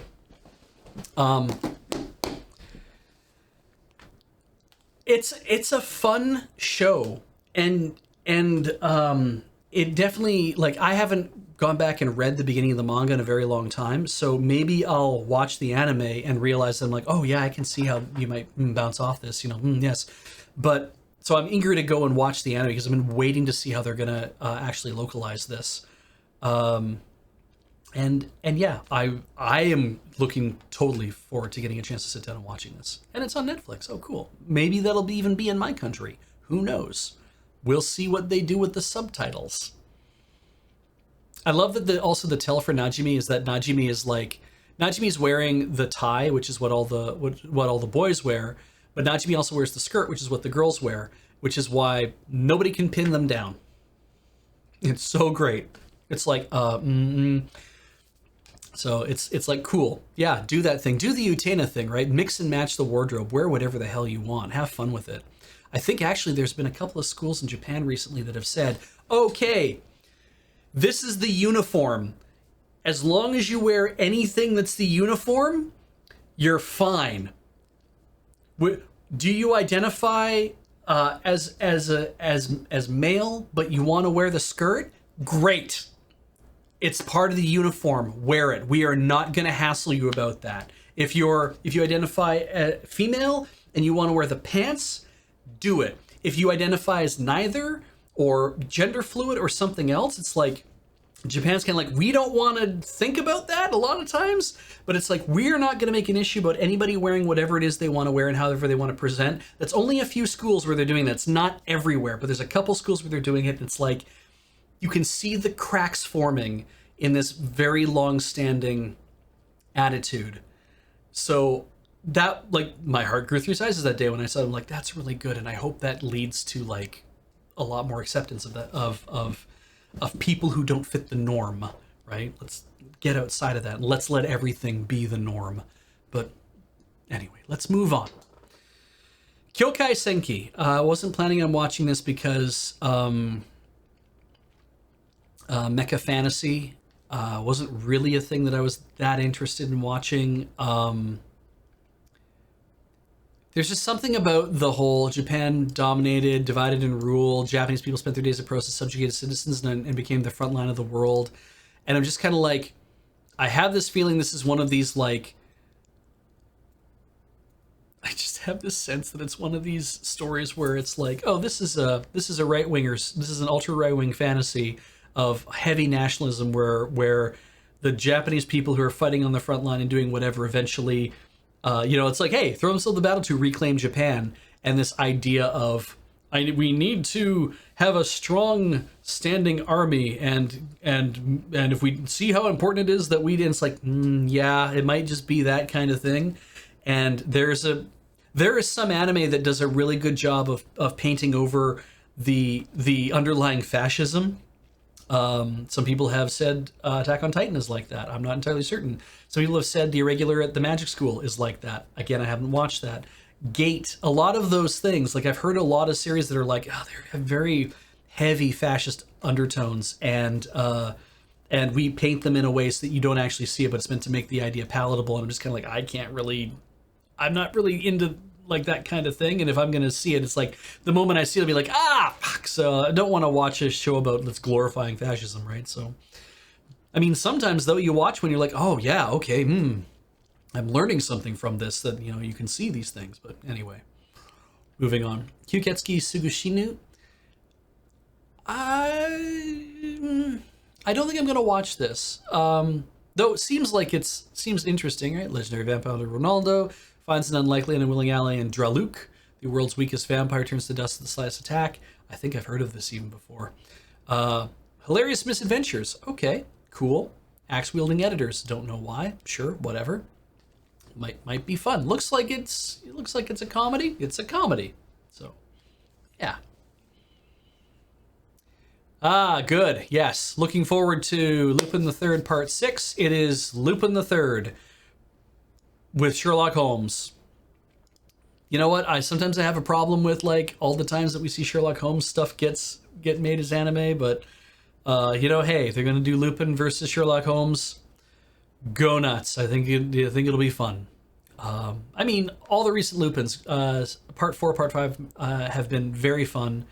Have been really good. It's like I feel like there's a renaissance of Lupin stuff now, that it's after having like, you have your original series from as long ago they did, and then it's like, okay, we're just going to do a movie every year, every 2 years or whatever, like OVA style movies, but then like larger movies and stuff. And as they got to a point where it's like to do Part 4 and just be like, what's this going to be? And it's like, oh, this was a lot of fun. This was really good. So I think that's helped that a lot. There's probably some really good, couple good movies maybe near the end of like starting that transition, and then we get like things like The Woman Called Fujiko Mine, and then the Jigen Daisuke thing. I think Goemon had one as well. I haven't watched it yet, but yeah. So anyway,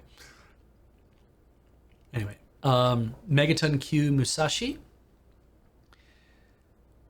Oh, this sounds interesting. The story takes place after 90% of humanity wiped out during an invasion. Survivors live in a shelter where their lives are monitored. Members of the invasion erased.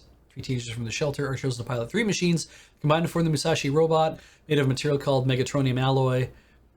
The series will balance robot action with school life. All right. I don't think I'm going to watch it, but, all right. Miruko-chan. Okay. A lot of people apparently really like this manga. When I'm on Something Awful, I'm seeing a lot of people talk about this manga. Or I shouldn't say a lot. I'm seeing several people talk about it. So, cool. This is about a medium that can see dead people and ghosts and all sorts of stuff. And this is a comedy horror. It'll probably be fun, but also like, spooky. As Pat Bear says, too spooky. Oh yeah, so other people have actually read it, or I guess, yeah, the first episodes have already been out. If it is too spooky, then okay, great. So it isn't just like, it's kind of spooky, it's Gegege no Kitaro or something. No, it actually spooky. So you have been warned. Good to know. There have been some, I think I haven't read the manga. I've been reading other things that have the kind of the spooky element but are not terribly spooky, and I'm like usually pretty good with that. But I also read manga like in the middle of the night. So if I'm like in bed and the only thing that I've got my phone in front of me and I'm reading manga, and I'm like, oh, something just happened on this page, and I click a thing, and all of a sudden it's like big scary face just right like 3 inches from my eyes. It's like, and I'm like, oh, it's like, I hate that. So that kind of isn't my jam. But this is a manga, and it is pretty popular, so it might be good. Who knows? Mushoku Tensei Isekai Ittara Honki Das no Part 2. Didn't watch the first one, though, did I? I did not. Muta King, the Dancing Hero. No, I don't think I wanted to watch that. Classic. It's a classic anime. Okay. But I don't think wasn't really feeling that. Muv-Luv Alternative, which I believe there's Muv-Luv before this. But I think, yeah, it's based on the visual novel. Okay, I was like, I know Muv-Luv Alternative already exists. Okay. Sure, great. Nikoki says, why did Tatsunoko pick Muta King of all things to remake? Didn't they remake Gatchaman Crowds? Or Gatchaman and made Gatchaman Crowds, and it was actually really, like, fun and interesting? Maybe that's what they're going for here? It's like, why don't we just revive some old shit and see what sticks, right? Who knows? I'd love to see more Gatchaman. the from the crowd's idea. I'd love to see more of what they want to do with that. But I mean, we did get a lot of Gatchaman crowds. I'm like, if they never made any more, that's fine. They did great. They did really good stuff with what they did there. I would highly recommend Gatchaman crowds to anybody. I think Ian had recommended, you got to watch this. I'm like, oh, I will. And then I did, and I was like, yes, it is good. You are right. Anyway, Osama ranking. I was thinking about watching this because it sounded kind of interesting. You know, the story centers around Beej. Yeah, Beej. A deaf, powerless prince who cannot even wield a children's sword. As the firstborn son, he strives hard and dreams of becoming the world's greatest king. However, people mutter about him behind his back as a good-for-nothing prince, and no way he can be king. Beej is able to make his first ever friend, Kage, a shadow. I'm assuming that's this here, the shadow on the ground. Somehow understands Beej well. Kage survivor of the Kage assassin clan that was all but wiped out. No longer a killer, Kage now makes ends meet by stealing. The story follows Boji's coming of age as he meets various people in his life, starting with his fateful encounter with Kage. Now, it's an adventure, right? It's not slice of life, and it didn't say comedy or anything either, so an adventure story could be interesting. So, I don't know if I'm going to watch it or not, but we'll see. I'm thinking about it still. Platinum End. No, I don't know. Whenever I see stuff like this, especially like Face Off against 12 other candidates, but then I didn't even really read the beginning. Oh, I see. Become the New God. It's like Battle Royale. I don't think that's going to be for me. So, not going to watch Platinum End. Pura Ore, Pride of Orange. Oh, yeah. Women's ice hockey? Hell yes. I will probably watch this. This looks like it's on Funimation and Crunchyroll. So there's two places to get it. I think I will probably watch a couple episodes of this to see what happens. I mean, they're going to make it a full contact sport. I don't know about C2C in terms of their animation style or ability. If you... Like... The nice thing is... Hockey is one of those things that you can animate and you can have a lot of sliding around, right? Like you can do a lot of stuff like that where you don't have to have somebody walking and because you have skating, so they're doing a bit of that, but it's like, so it might be a little easier to animate some of those things. I'm sorry, the idle aspect, Pat? What? Huh? What? I'm sorry, what? Oh, shit. Oh, there's a music tag. I didn't see it. Oh, my God. Okay, so this is a Hockey Horse Girls. Then is that this? Is that if you win, you get the MVP gets to take the stage and sing the song for the end of the... Oh! Why? Now I'm definitely watching this. Oh my God, yeah. I hope that they do the Molson 3 stars for this thing, and all three of them have to. They should do that in men's hockey. God damn it! And like NHL should start doing that shit. That the Molson stars of the night should have to actually take the stage and sing a song for everybody. Oh Jesus! And dance. Now, I want to be clear. I really liked Uma Musume Pretty Derby. The first season of it was great. I've only watched 2 episodes of the second season. I'll eventually get to watch the rest of them. I like it because it knows exactly how stupid it is. And good for them. They knew they were making a tie-in for something to make some money, and I'm like, sure, fine, I'm down with this. And it was exciting and interesting. I just don't know what to make of this. My God, I'm watching a couple episodes of this, but oh my God, I can't wait. I wish you had not said anything, but I guess getting my reaction now is the way to go because oh my God, just me sitting in the room watching this and getting to the end and being like, wait, what? Wait, what are they doing? Holy shit. So you get it right now, so that's good. All right. Anyway. Saihate no Paladin. Saihate no Paladin. Based on a light novel. I wasn't gonna watch this because I'm just like... I don't know, it's single human child in the city of the dead, 3 undead skeleton mummy and ghost raise him, pour their love into him. Who am I? He decides to go adventuring and wants to become a paladin. It's like, okay. But I don't, that's not really my jam, so yeah. Faraway Paladin is what it's called in English. Okay, well, please enjoy it. Yeah, a fantasy show that's not an isekai. Yeah, you go in, Mog. Isn't that crazy? Oh look, all of the quotation marks. Jesus. Sakugan. It's about a labyrinth and people go down to do things. Memempu is her name. Gagumber is a man who quit being a marker, and they're gonna go be markers in the colony in the labyrinth, and I don't know. I don't know.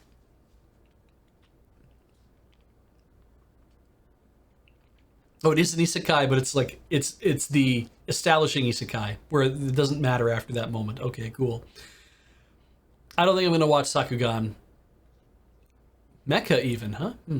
I don't know.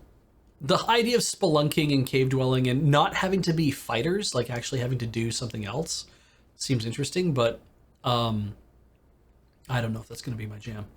Sankaku Mado no Sotogawa wa Yoru. Yeah, I don't know. Bookstore employee Mikado always had a tendency to see creepy things. He lived his life pretending he didn't see those things, had a favorite Mikado with exorcism Hiyakawa. Mikado ends up being forced to help out with exorcism duties, has to do with the embarrassing fact, exorcising, I'm like, maybe I'm just not feeling ghosts this season. I don't think this is going to be a thing for me either. So we'll move on a little more.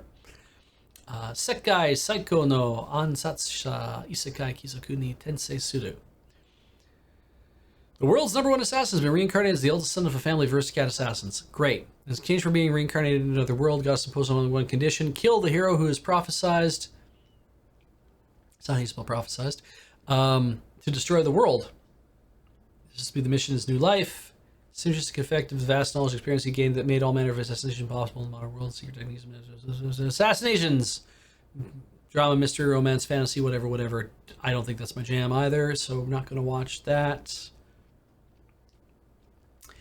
Selection Project, music thing, slice of life. I don't think I'm going to watch that. Aha.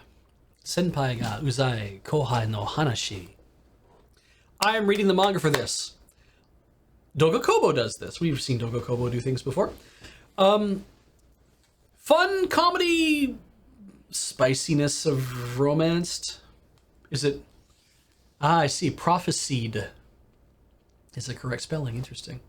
I like the manga for this. But the problem I have with the manga for this is it's taking its time, and the chapters that are released are too short, and I feel like there needs to be a longer. I think the chapters need to be longer and kind of develop like a little bit more stuff that's going on. Romance has made very little progression, but it has made, like, you can see that everybody who is being paired up all kind of likes each other, and that there's you can just see that kind of like growing more the way that it would grow in real life, right? The way that you might be like, I like this person, but I'm going to but I also work with them, and maybe it's not something that I want to, go after. And anyway, yeah, being seen as a full-fledged businesswoman isn't easy for Futaba Igarashi when her senpai Harumi treats her like a kid. Days for her are never typical at work or outside of it, with all the antics going on in her life. Don't worry about that. As mishaps ensue, she'll find herself growing closer with a loudmouth senpai. That's important, loudmouth senpai. So this is the senpai. This is the kohai. She's like 4 feet tall, right? She's just tiny little woman compared to this dude who's got to be like 6 feet and big and strong and buff dude. And but it's not like a romance where they're kind of like blushingly they like each other. This is literally senpai kohai relationship. Yes, you'll learn to drink, it'll be fun. She's like, he's so annoying, but also he does not. Yeah, you're doing good. Futaba, keep it up. You're going to be great at your job. And I'm having a hard day, senpai, and whatever. And he's like, yeah, let's go have a drink and let's talk a little bit. You're doing real good. You're going to get better. He's like, yeah, yeah, okay, I'm going to do better. And then kind of this like slow growth. It's a slow burn, but it's fun in that way because it's like she's not like I'm attracted to him after like 2 episodes. It's after a long time that she starts to realize that she's growing closer to him, and he starts to realize he's growing closer to her.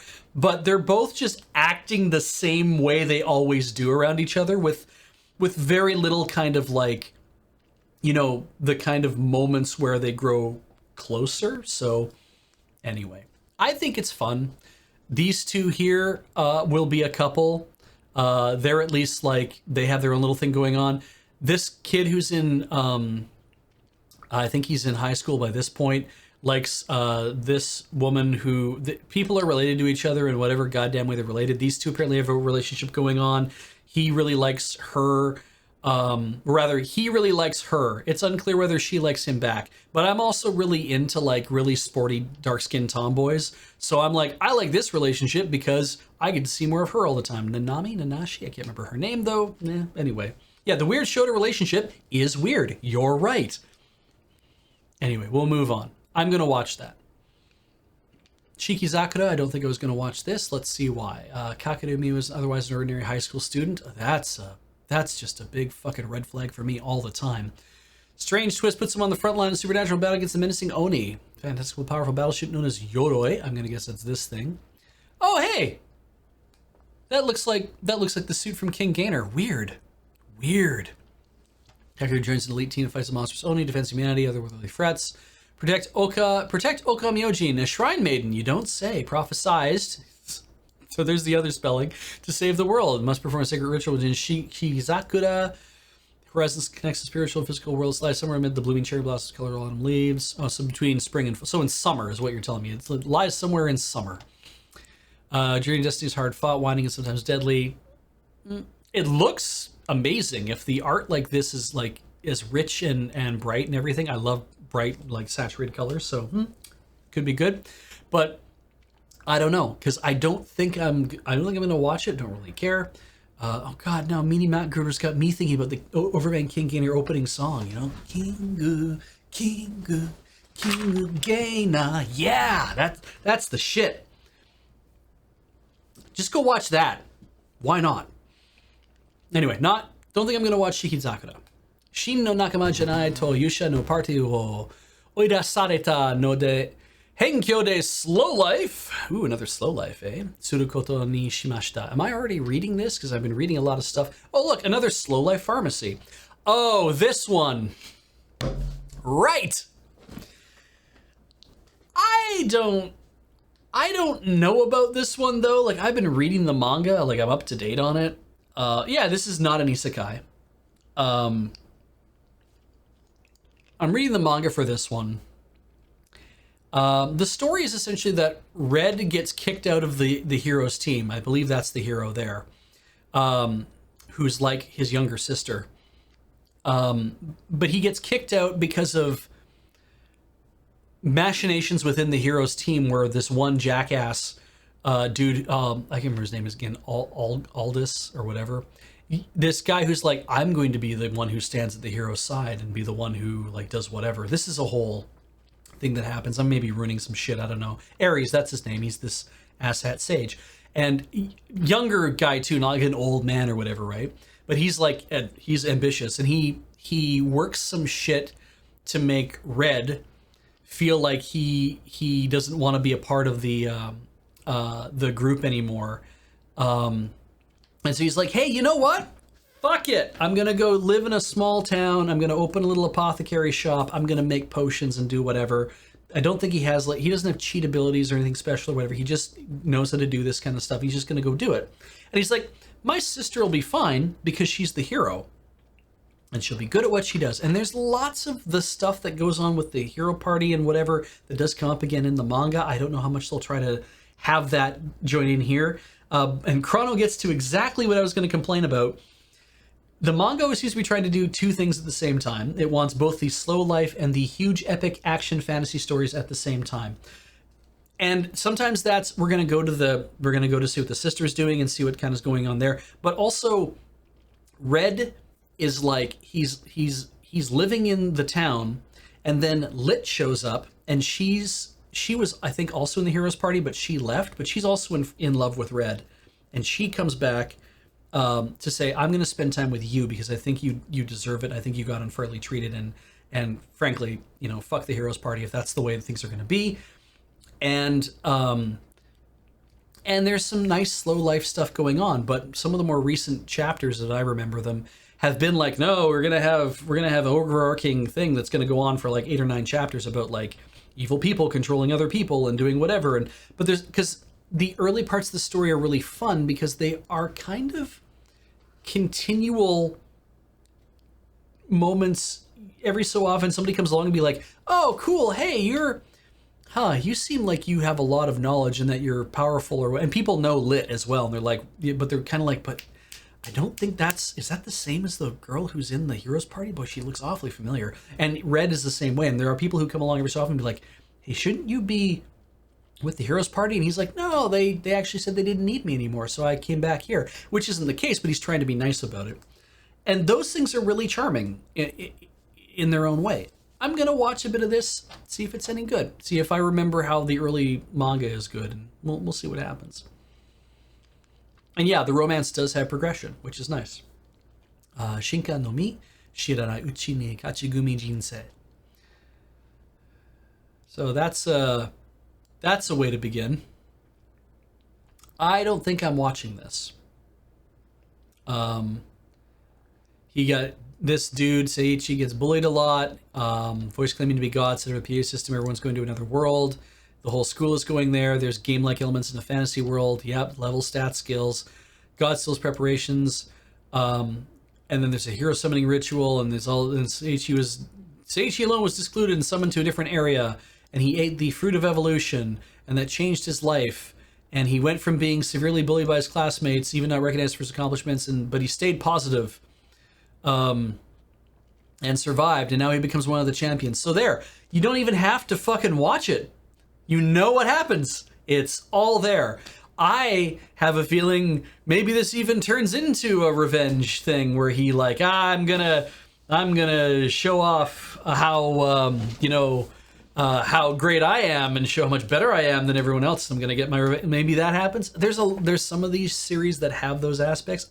Whenever I see this stuff, I always end up thinking that that's what's going to end up happening. So I don't think I'm going to watch this because it kind of just laid everything out. And I feel like, well, then I know how this goes, and I don't know if I really want to watch it.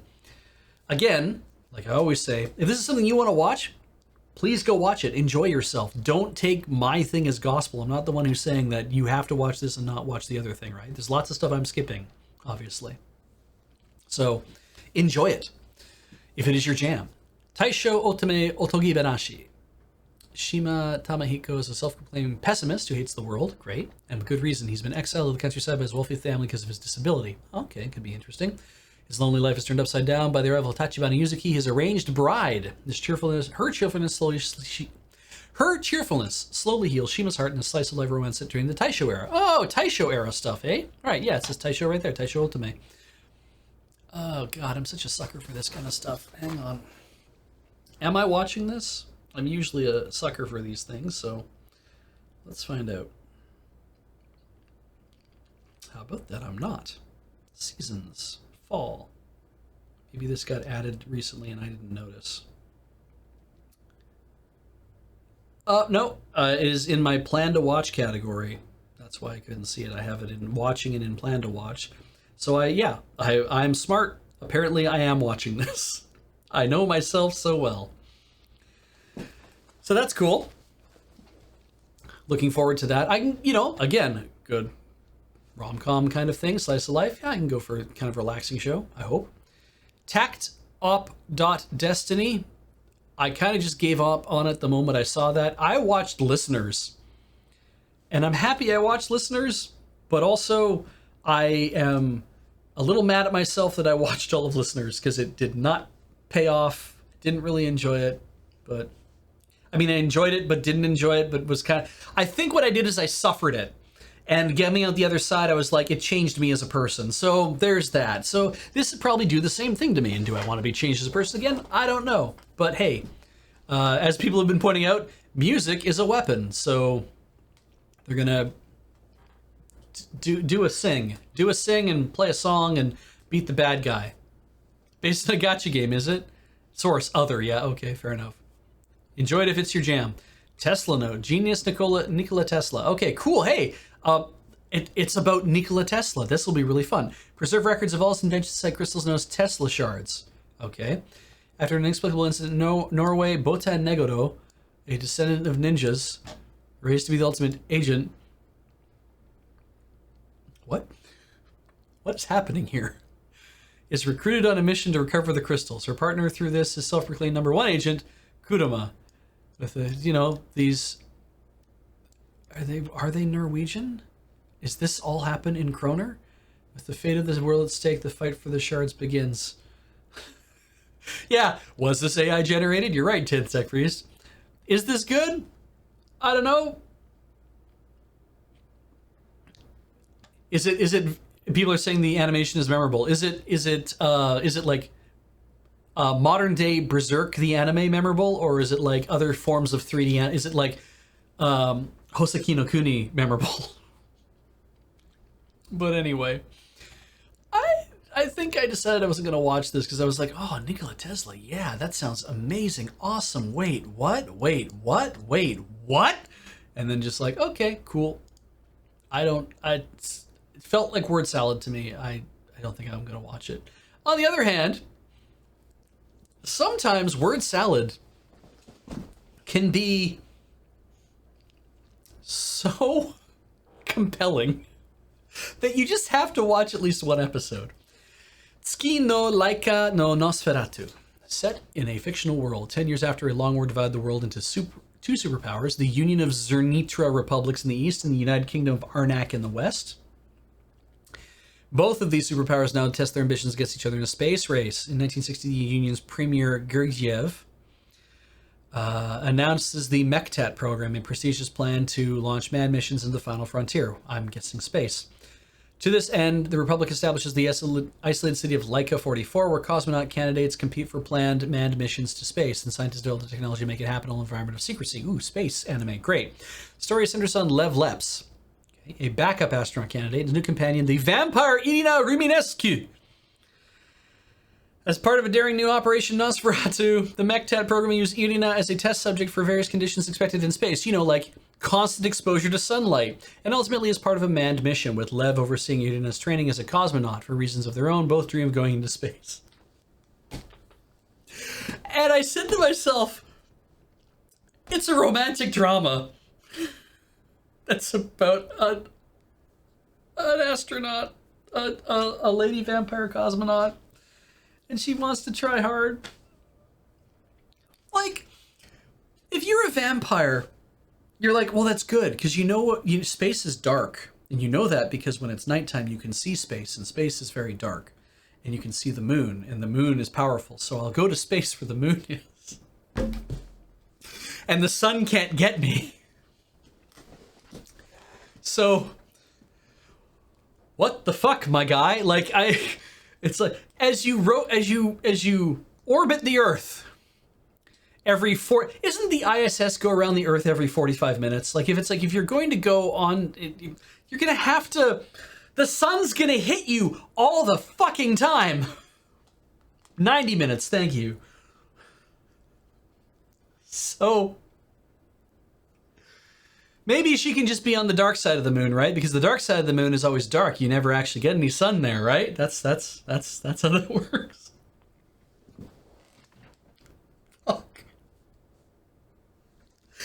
So I had to, because I'm like, this sounds crazy. So I have to watch. It's a romantic drama as well. Like, it's not even meant to be a comedy. I'm like, this sounds nuts. I have to see what happens. Maybe I'll watch it fully. Maybe I won't. I don't care. Just go crazy. Yeah, I know how it works on Mercury, right? But anyway. Visual Prison. No, I don't think so. I mean, I can only really take one vampire show. And Vampires in Harajuku, I don't think are going to be my jam. Watcha Primaji. No. Even just looking at I'm just like, nope. Sorry. World Trigger third season, didn't watch the others. Yuki Yuno Ayusha. Oh, another Yuki Yuno Ayusha de Aru. Daimanke no Sho. It's the third season of Yuki Yuno is the hero. It's funny because when I see this, that it's like it's a club, and that they smile and always help, and they teamwork and they help their magical powers. And when I read this stuff, I keep thinking, oh, actually probably might be a pretty good magical girl series. But then you see the psychological tag, and I'm like, are all the Yuki Yunas like that? Maybe they are. I don't know. Like, or maybe they're not. Like, anyway. Let's get down here. Yaku hachiju byo de kimi no mimi wo shiawase ne dekiru ka? Oh, it's ASMR in 180 seconds. Probably not going to watch that. Bang Dream got a Piku Fever. Nope. Not gonna watch that. Chick Up Dancers, probably not. Deji Meets Girl, yes. I am going to try to watch this. Why? Okinawa. I figured I told Heather the next time we go to Japan, we did not go, there's a few places we did not go, major places. We didn't go to Hokkaido, we didn't go to Shikoku, and we didn't go to Okinawa. And I had a friend who worked in Shikoku as a jolt, and he told me that Shikoku is very much not an interesting place to go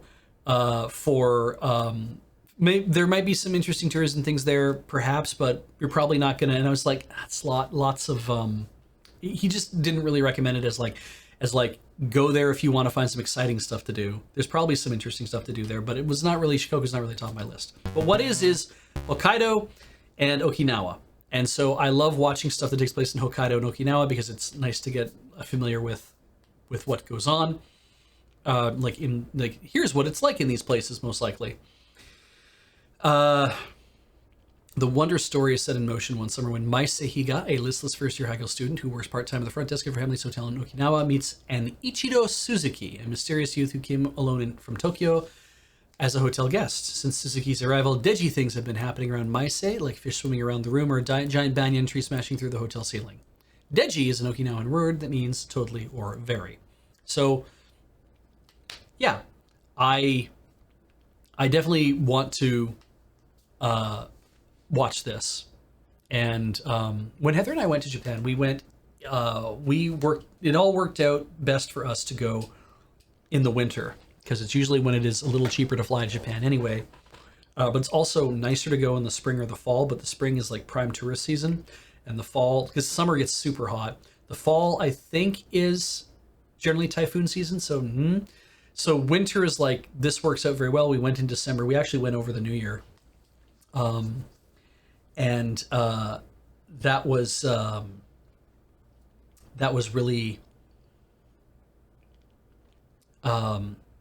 really fun to get to see. Like, most people won't go in the winter time, I don't think, and we got to go a lot, and it's very mild in Japan for the winter, so we didn't have to worry too much about, we need to have snow boots, like, and all that. And a couple places we went to Hachimantai, we went to Iwate, so there was snow on the ground. You just kind of had to be like, we're just gonna put up with it that we don't have boots right now, but that's okay because we weren't gonna bring them with us because we're here for 3 goddamn weeks.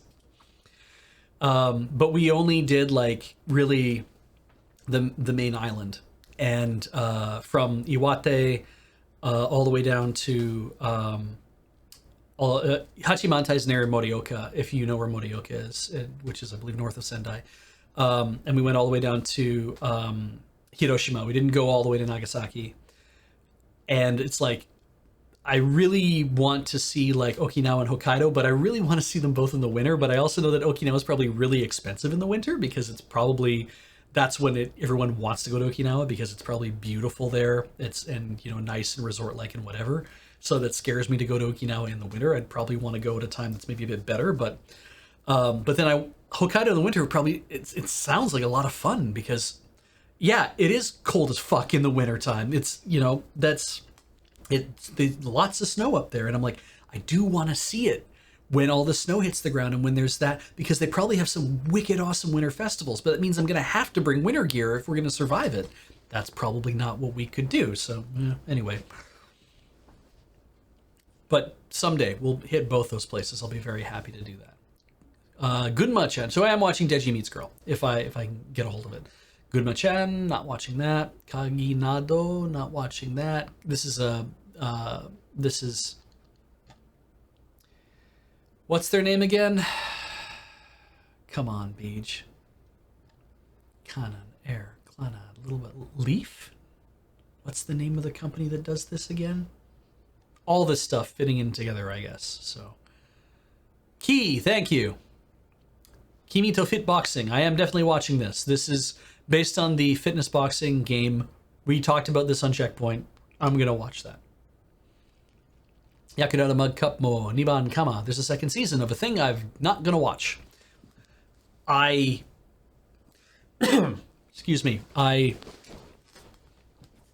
watched the first season of this, what I thought was the only season of this. I bounced off it pretty hard by the end. Like, I just got through the whole thing. I'm just like, nah, this is not my jam. So I was just like, no, we're not. I'm not. And I'm not going to go back and watch more of it. So it's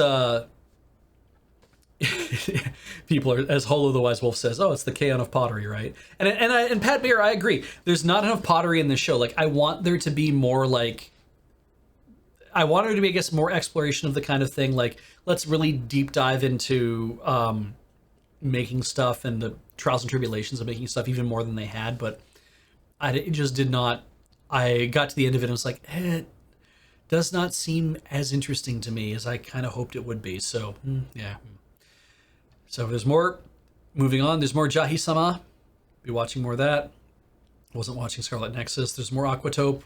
Inexplicably, there's more Aquatope, but hey, let's see where we go with it.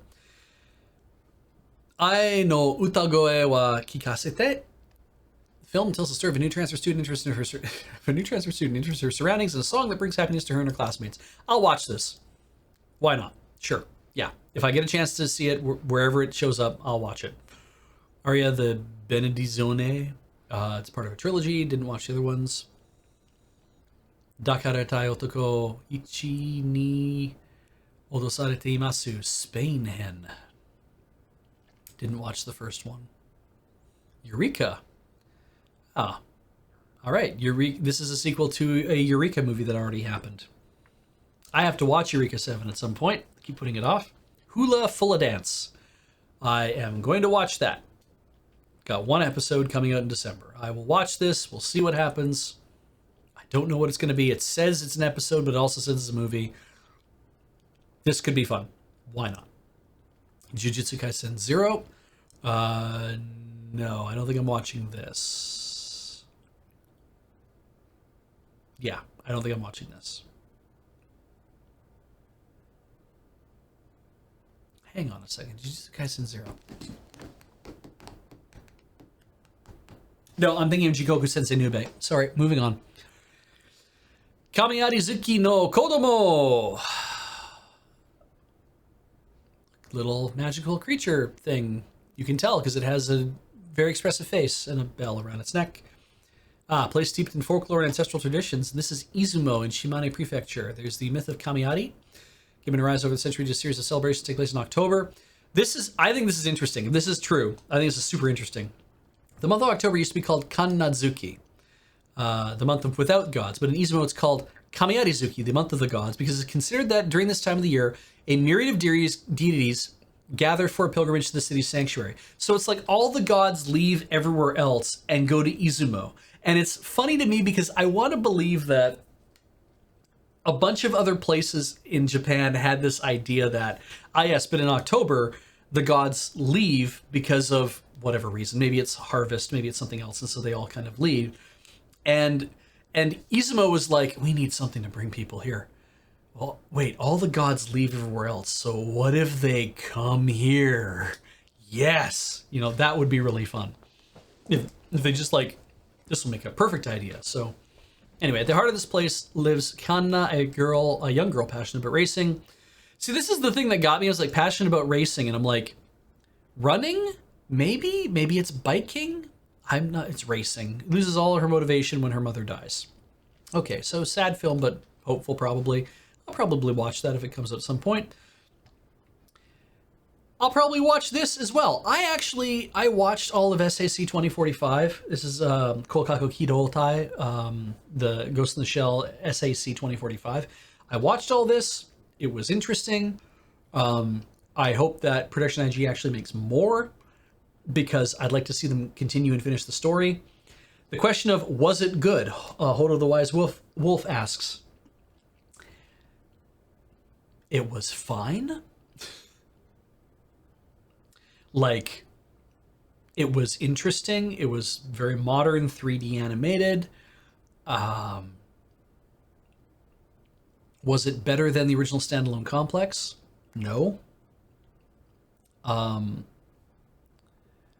This is, yeah, this is very much, I'm glad I sat down and watched it, but I watched it only because I was like, I should at least give the first episode a chance. And then after I watched the first episode and I forgot about it for a month or two, I was like, I should go back and watch the first episode again, and then I'll watch the second episode and we'll see what happens. I was like, oh, okay, I kind of get this. So if you're asking what's with the Major's new look, as Thane1607 says, I mean, she's always kind of had like that kind of bluish purple hair thing going on. But also, if you remember Arise, same thing, right? They drew her differently and gave her purple hair. They've kind of been changing her up a bit in different ways. If you remember her from the movies, or at least from the first movie, really, very different look. It's everyone's got to have their own spin on it, right? The Major's always got to look different for every whatever, and which is funny too, because it doesn't come across as like, this Major is the same Major that's in all the other standalone complexes. Like, nothing has ever changed about her in this regard. This isn't like an offshoot weird version or anything. It feels like this is supposed to be the same one we've seen in other shows. So that's what I think is it's like, it's just a slightly different take on how we want to draw and depict her. My favorite is the standalone complex version, because it's like, she looks like she'll snap you in half, and I'm like, I like that about her. Macross Frontier is getting a theatrical short, which is kind of neat, because I guess they need a reason to bring people to watch Macross Delta. I don't know how fucking good Macross Delta is. I understood that it wasn't as good as Macross Frontier is. But hey, look at that. Wakuru and Delta Flight use music to save people from the VAR syndrome, and now they're finding a new threat. So that's happening. Tope Papa Don't Cry, don't know about that. Haven't watched Princess Principal. Rika wa Yowakunai, probably not going to watch that. Sumiko Gurashi 2, well, it's a sequel to something that I didn't watch. Summer Ghost. Tomoya, Aoi, and Ryo are high school students met online. An urban legend speaks of a summer ghost, a spirit girl who appears when fireworks are set off. Tomoya can't live the life he envisioned for himself. Aoi can't find her place in the world. Ryo has his once shining future suddenly pulled away. Each has their own reason for needing to meet the summer ghost. Okay, no, because it doesn't explain what the summer ghost is supposed to do for them. It just says this is who this person is. On a summer night when life and death cross paths, where will each of their emotions take them? Maybe I'll watch it. I don't know. Sword Art Online Progressive Hoshinaki Yore no Aria. I'm watching Sword Art Online. Oh look, it's the Progressive is a new version that starts at the beginning of somebody's adventure. So cool, great. I guess that's where I could jump into Sword Art Online. So that's an option. If you haven't watched it, maybe that's a thing. Tropical Rouge Precure, Yuki no Princess Tosukiseki no Yubiwa. No, not going to watch that. Uchu Senkan Yamato 2205, Aratanaru Tabidachi Zensho Takeoff. Sequel to the previous Yamato 2202, sorry. Didn't watch that. I don't know if I'll ever get around to watching the Yamato stuff. Aha, new season of Aggressive Retsuko. There's a new person in the background. Something is happening. Heather and I will be watching this, almost assuredly. Battle Spirits Mirage, probably not going to watch that. Blue Period, Here, this is supposed to be interesting. I don't know why. I guess maybe on Something Awful, there's a couple people who were talking about watching it, so maybe that's where I picked that up from. Okay, good to know. The studio Satora leaves a dry life of study and good manners behind for a new passion, painting, but untethering yourself from all your past expectations is dangerous as well as thrilling. Now, Aglavale says, Blue Period is great, but if you have any history of the inferiority complex or talent versus hard work, this will be a rough series to watch. It also deals with some other very dark themes. So, there you go.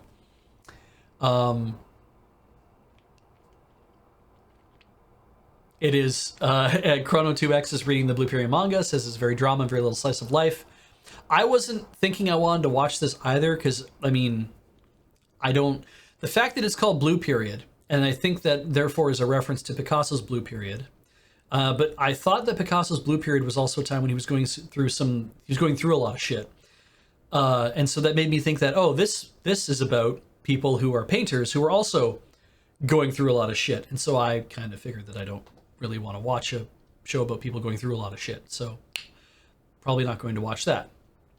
Bright Samurai Soul on Netflix. There was something already called Bright on Netflix, wasn't there? This is probably not the same thing.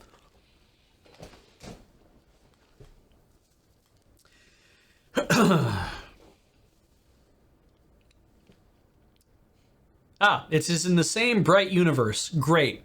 In the time between the fall of the shogunate and the rise of the Meiji era, which is 1868, was the Meiji Restoration. And I believe everything leading up to that was about a 40-year period or a 20-year period, something very... And I mean, the whole shogunate was 400 years. But the fall of the shogunate and the rise of the Meiji era was... Anyway, here's this thing. A powerful bright light emitted from a wand brings an end to the long shogunate period to avoid further bloodshed as Japan begins to shift towards a new era. So the black ships don't show up, it's a wand instead. Amid these circumstances, a one-eyed wandering ronin named Izo, who has lost his reason to live, and Raiden, an orc who detests murder and hopes to leave a life of thievery behind, separately meet a young elf girl named Sonia around the same time. Together they go on a journey along the Tokaido Road to bring her and the wand she holds safely to the land of the elves of the north, standing in their path. It's just when I'm hearing this, I'm like, are we sure this isn't Shadowrun? Standing in their path is a mysterious organization, Inferni, which aims to obtain the wand and provide the Dark Lord, who tends to rule over creation. Inferni also uses the new Meiji government in an attempt to steal the wand from Izo, right? And so, yeah, I don't really give a shit about this anymore. I'm not watching it. Let's move on. Celia Sensei no Waku Waku Magical Kyoshitsu. Again, I wasn't going to watch Seirei Gensouki, so probably not going to watch that. Ganbare Doki-chan.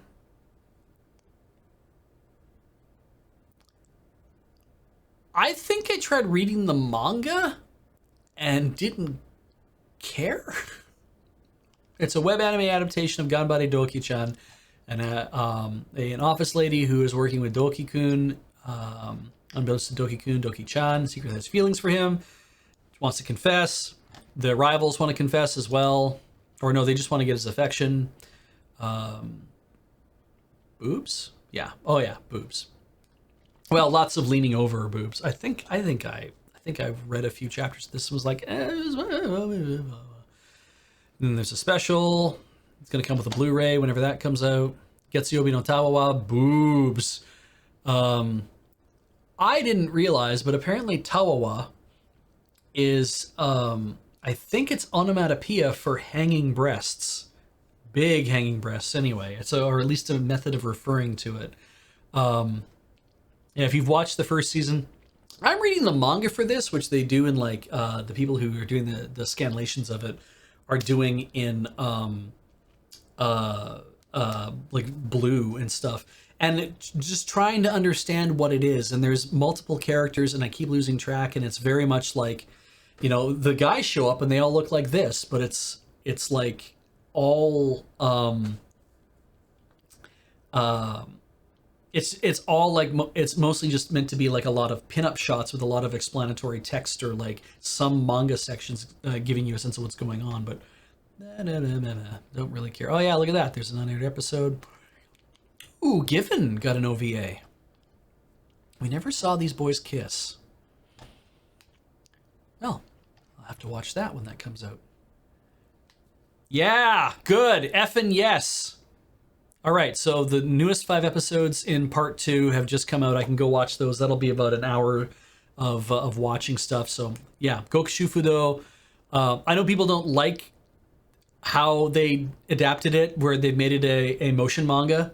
I love it. I think it's so good. I think it works really well for the show to be a motion manga because it just really highlights the everything feels like a mie, right? Like that's okay. So if you watch anything about Kabuki or if you watch Kageki Shoujo, there's a lot of talk about Kabuki and talking about mie, but so much of it is like posing of like and Kabuki's all about that kind of like I'm doing a big thing because I'm like, look at me, I am cool. That's literally what they say in Kageki Shoujo. Is like the whole point of a mie is like, look at me, look at how cool I am, recognize. I want you to see this amazing dude. And Goku Shufudo feels like it really responds well to a lot of these like, posed actions, like things are happening towards the camera or like I'm doing a thing and we'll shake that stuff a little bit and I'm like, yeah, this feels it feels really dynamic for not moving much, but I think you have to like reading manga as well to like this because otherwise you will expect there to be way more motion than there is. And in some respects, I think there should be parts where there should be a lot more motion and they should like lean into that, but that might also be what they were given to work with in terms of price, right? Like budgets might not be there. Gundam Breaker Badlog, it's a Gunpla thing. I'm not interested in that, so I'm probably not gonna watch that. Hakuoki OVA, I didn't watch Hakuoki. Hanmabaki, I don't baki, so not my jam. If you like grappler baki, there's your thing. Heike Monogatari. I did want to watch this. I'm not sure yet, based on a novel, but this is about the 12th century epic, the Heike Monogatari, which is, I believe, this is contemporary with Genji Monogatari. I've never read either of them, and I was in a Japanese literature class, but we didn't have time to like read an entire thing. But yeah, there's I wanted to watch this because it's Science Saru, who has done some interesting things as well, in terms of like the look of stuff, and I'm like, I kind of want to see what it's going to be like, but at the same time, like, do I really want to spend time with it? I don't know yet, so we'll see. Hey, good, an unaired episode of Bakarina of Hamefura. There you go. Otome wa boku ni koishiteru. I will be getting the other thing. Mitsuno Kiriboshi, the animation. Hisoka was an orphan raised by Yukitaka, the present head of the worldwide Jinsei Corporation, with the help of his right-man man, Daisuke. This just seems like a princess maker thing. Let's see what happens. He was adopted and sole purpose of working both publicly and secretly for his daughter Orihime, who was next in line to her in the business. That's why he did not hesitate when he asked by Yukitaka to attend the same school. Oh, it's Full Metal Panic. Attend the same school as her and serve as her bodyguard in secret. The only problems of school is their fine St. Cyril Girls Academy, which is close to boys. He didn't know at the time it would be a major turning point in his life. So one of these 3 girls is probably a boy then, I guess. Yes? Is that what we're going for here? Sure. Okay. Probably not going to watch it. Pokemon Evolutions. Created to celebrate 25 years of the Global Entertainment franchise. Hell yeah. Enjoy it if you like Pokemon. Star Wars Visions. I watched The Duel already. Done by Kamikaze Douga. It was neat.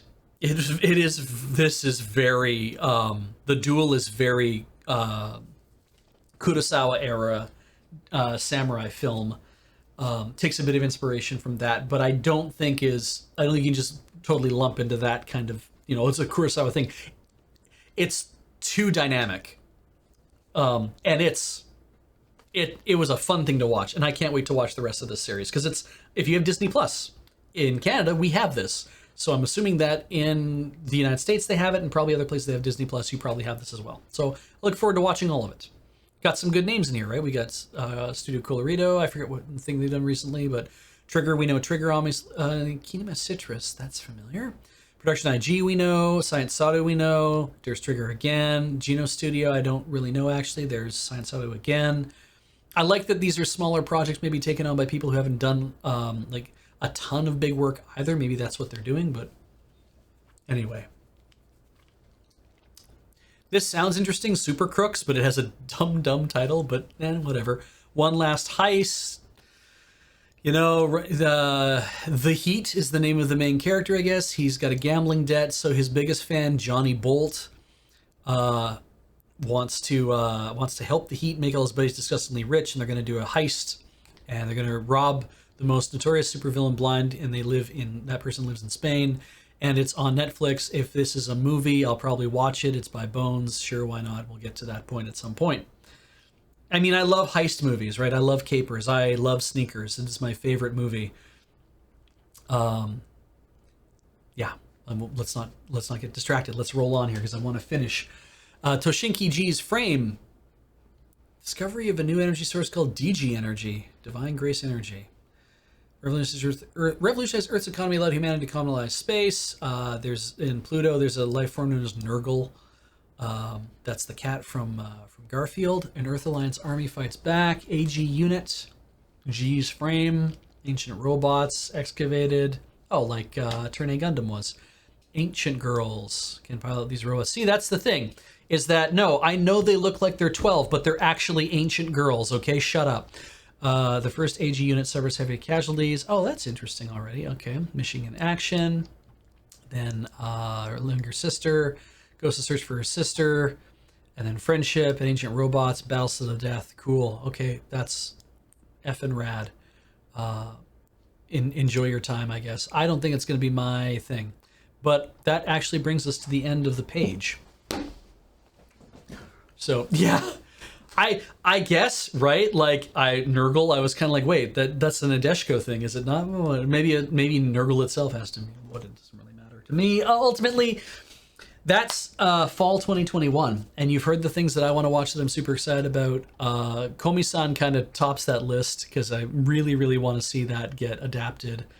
Was there anything else in here that I'm just jazzed for? Deji Meets Girl, I'm really interested to watch.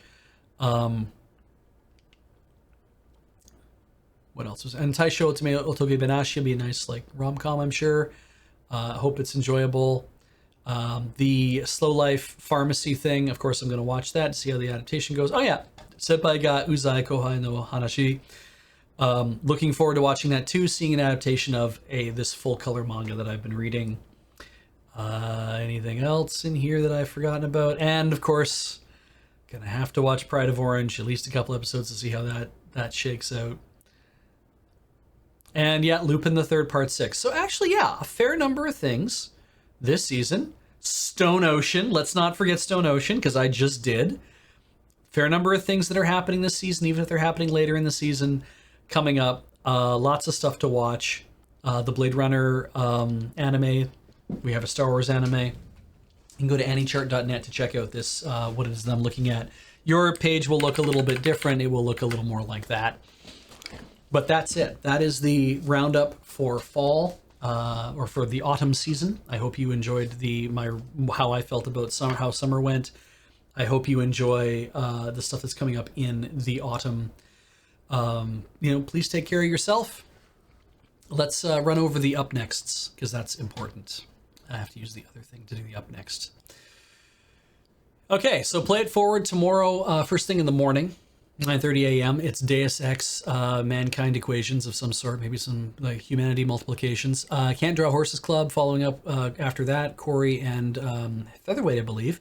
Another episode of Alabaster Kingdom follows on Dice Friends. There is Mine O'Clock on Tuesday, Talking Sim on Tuesday, Let's Know on Tuesday, but also on Tuesdays, more of the Play It Forward at 9 p.m. at night, our time. Followed by Wednesday morning, 9:30 a.m., more Play It Forward again. So more Deus Ex.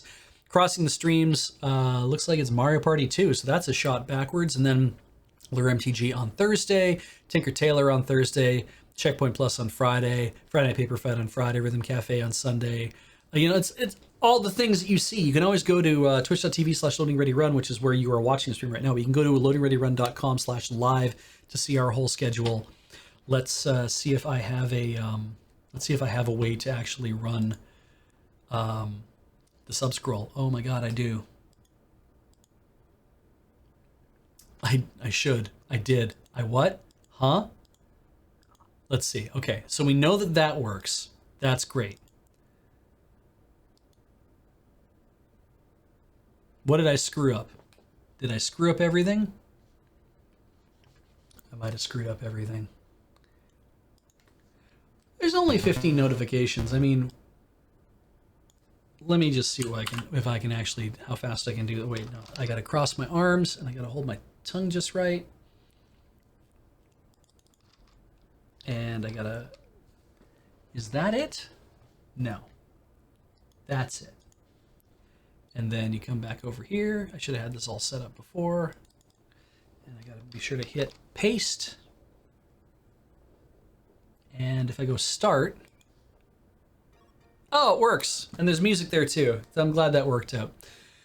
Look at all the people who did things. Thank you, everybody. Yeah, Radiant Sound and Storm God, Grilaman, Texan. Hey, Texan, you were here. You did the thing. Demullet, The Jerk Kirk, Bartle Bad, Ryle Grimrick. We normally don't read all these things, but again, there's only a few of you that showed up, but I like that you all subbed. Those that you did, thank you for doing that. Platinum Tarask, JS1813, visiting from the VODs. Spleen Lord's got that 5-year anniversary. Soren Lover 69, Elaro 56, Fair Grim. Hello, got a gift from Demon Fire. Maybe just Demon Fire saying hello. And yeah, and thank you for bits if you've thrown bits in tonight. We'll see that in a few seconds. And that seems awfully passive-aggressive of me. How do I turn it off? We'll do it like that.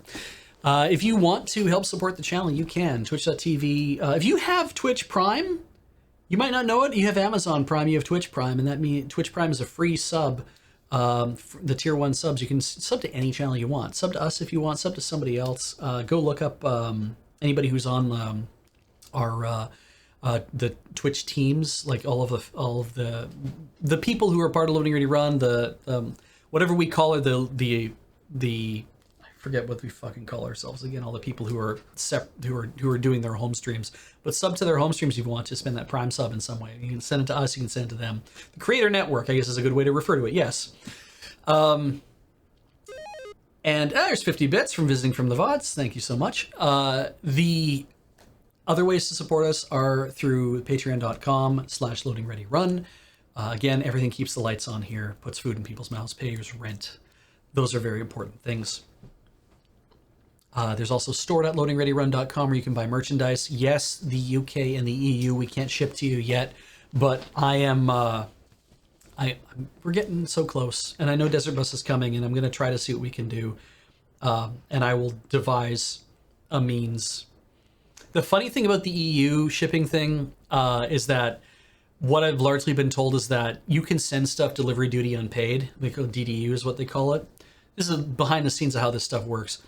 But if anything you send DDU to the EU, to any country in the EU, means that when it hits the customs system for that country, it is largely up to the customs system to decide how long it's going to take before it gets out, and how many extra fees you're going to pay due to processing. And that's kind of unacceptable to me to learn that you will not pay tax at checkout, but when you get it, yes, you'll pay tax. That's normal. You might have had to have paid like a small handling fee beforehand because of them having to handle it and assess it for tax. But the fact that I'm hearing things like, oh, they charge additional customs fees for additional handling and everything else, I'm like, that then you start doubling the price of stuff, and it's like, I don't want people to have surprises when I have that happen to me when I go pick a thing up. It's like, oh, did you know there's a $100 customs fee on this thing that you ordered that's used? And I'm like, that's a goddamn mistake. It's like, well, you can always apply for an exception. I'm like, I guess I have to, or send this back. And I've had problems. So trying to find a way to do it. Who knows what'll happen? The UK, similar issues. So again, trying to work this all out for you guys. You can also go to YouTube. You might be even watching this on YouTube, and then you can subscribe to us here. But joining the YouTube memberships, that costs you a little bit of money. That also, what you get from that is an ability to ask us questions during the Askler segments that we do every month. And we have other things going on too. We're a humble partner. We've been a humble partner for a while. We're just gotten around to actually sharing the links with people so they know that they can they can buy stuff, and you can actually give a cut of your humble purchases to Loading Ready Run if you want to.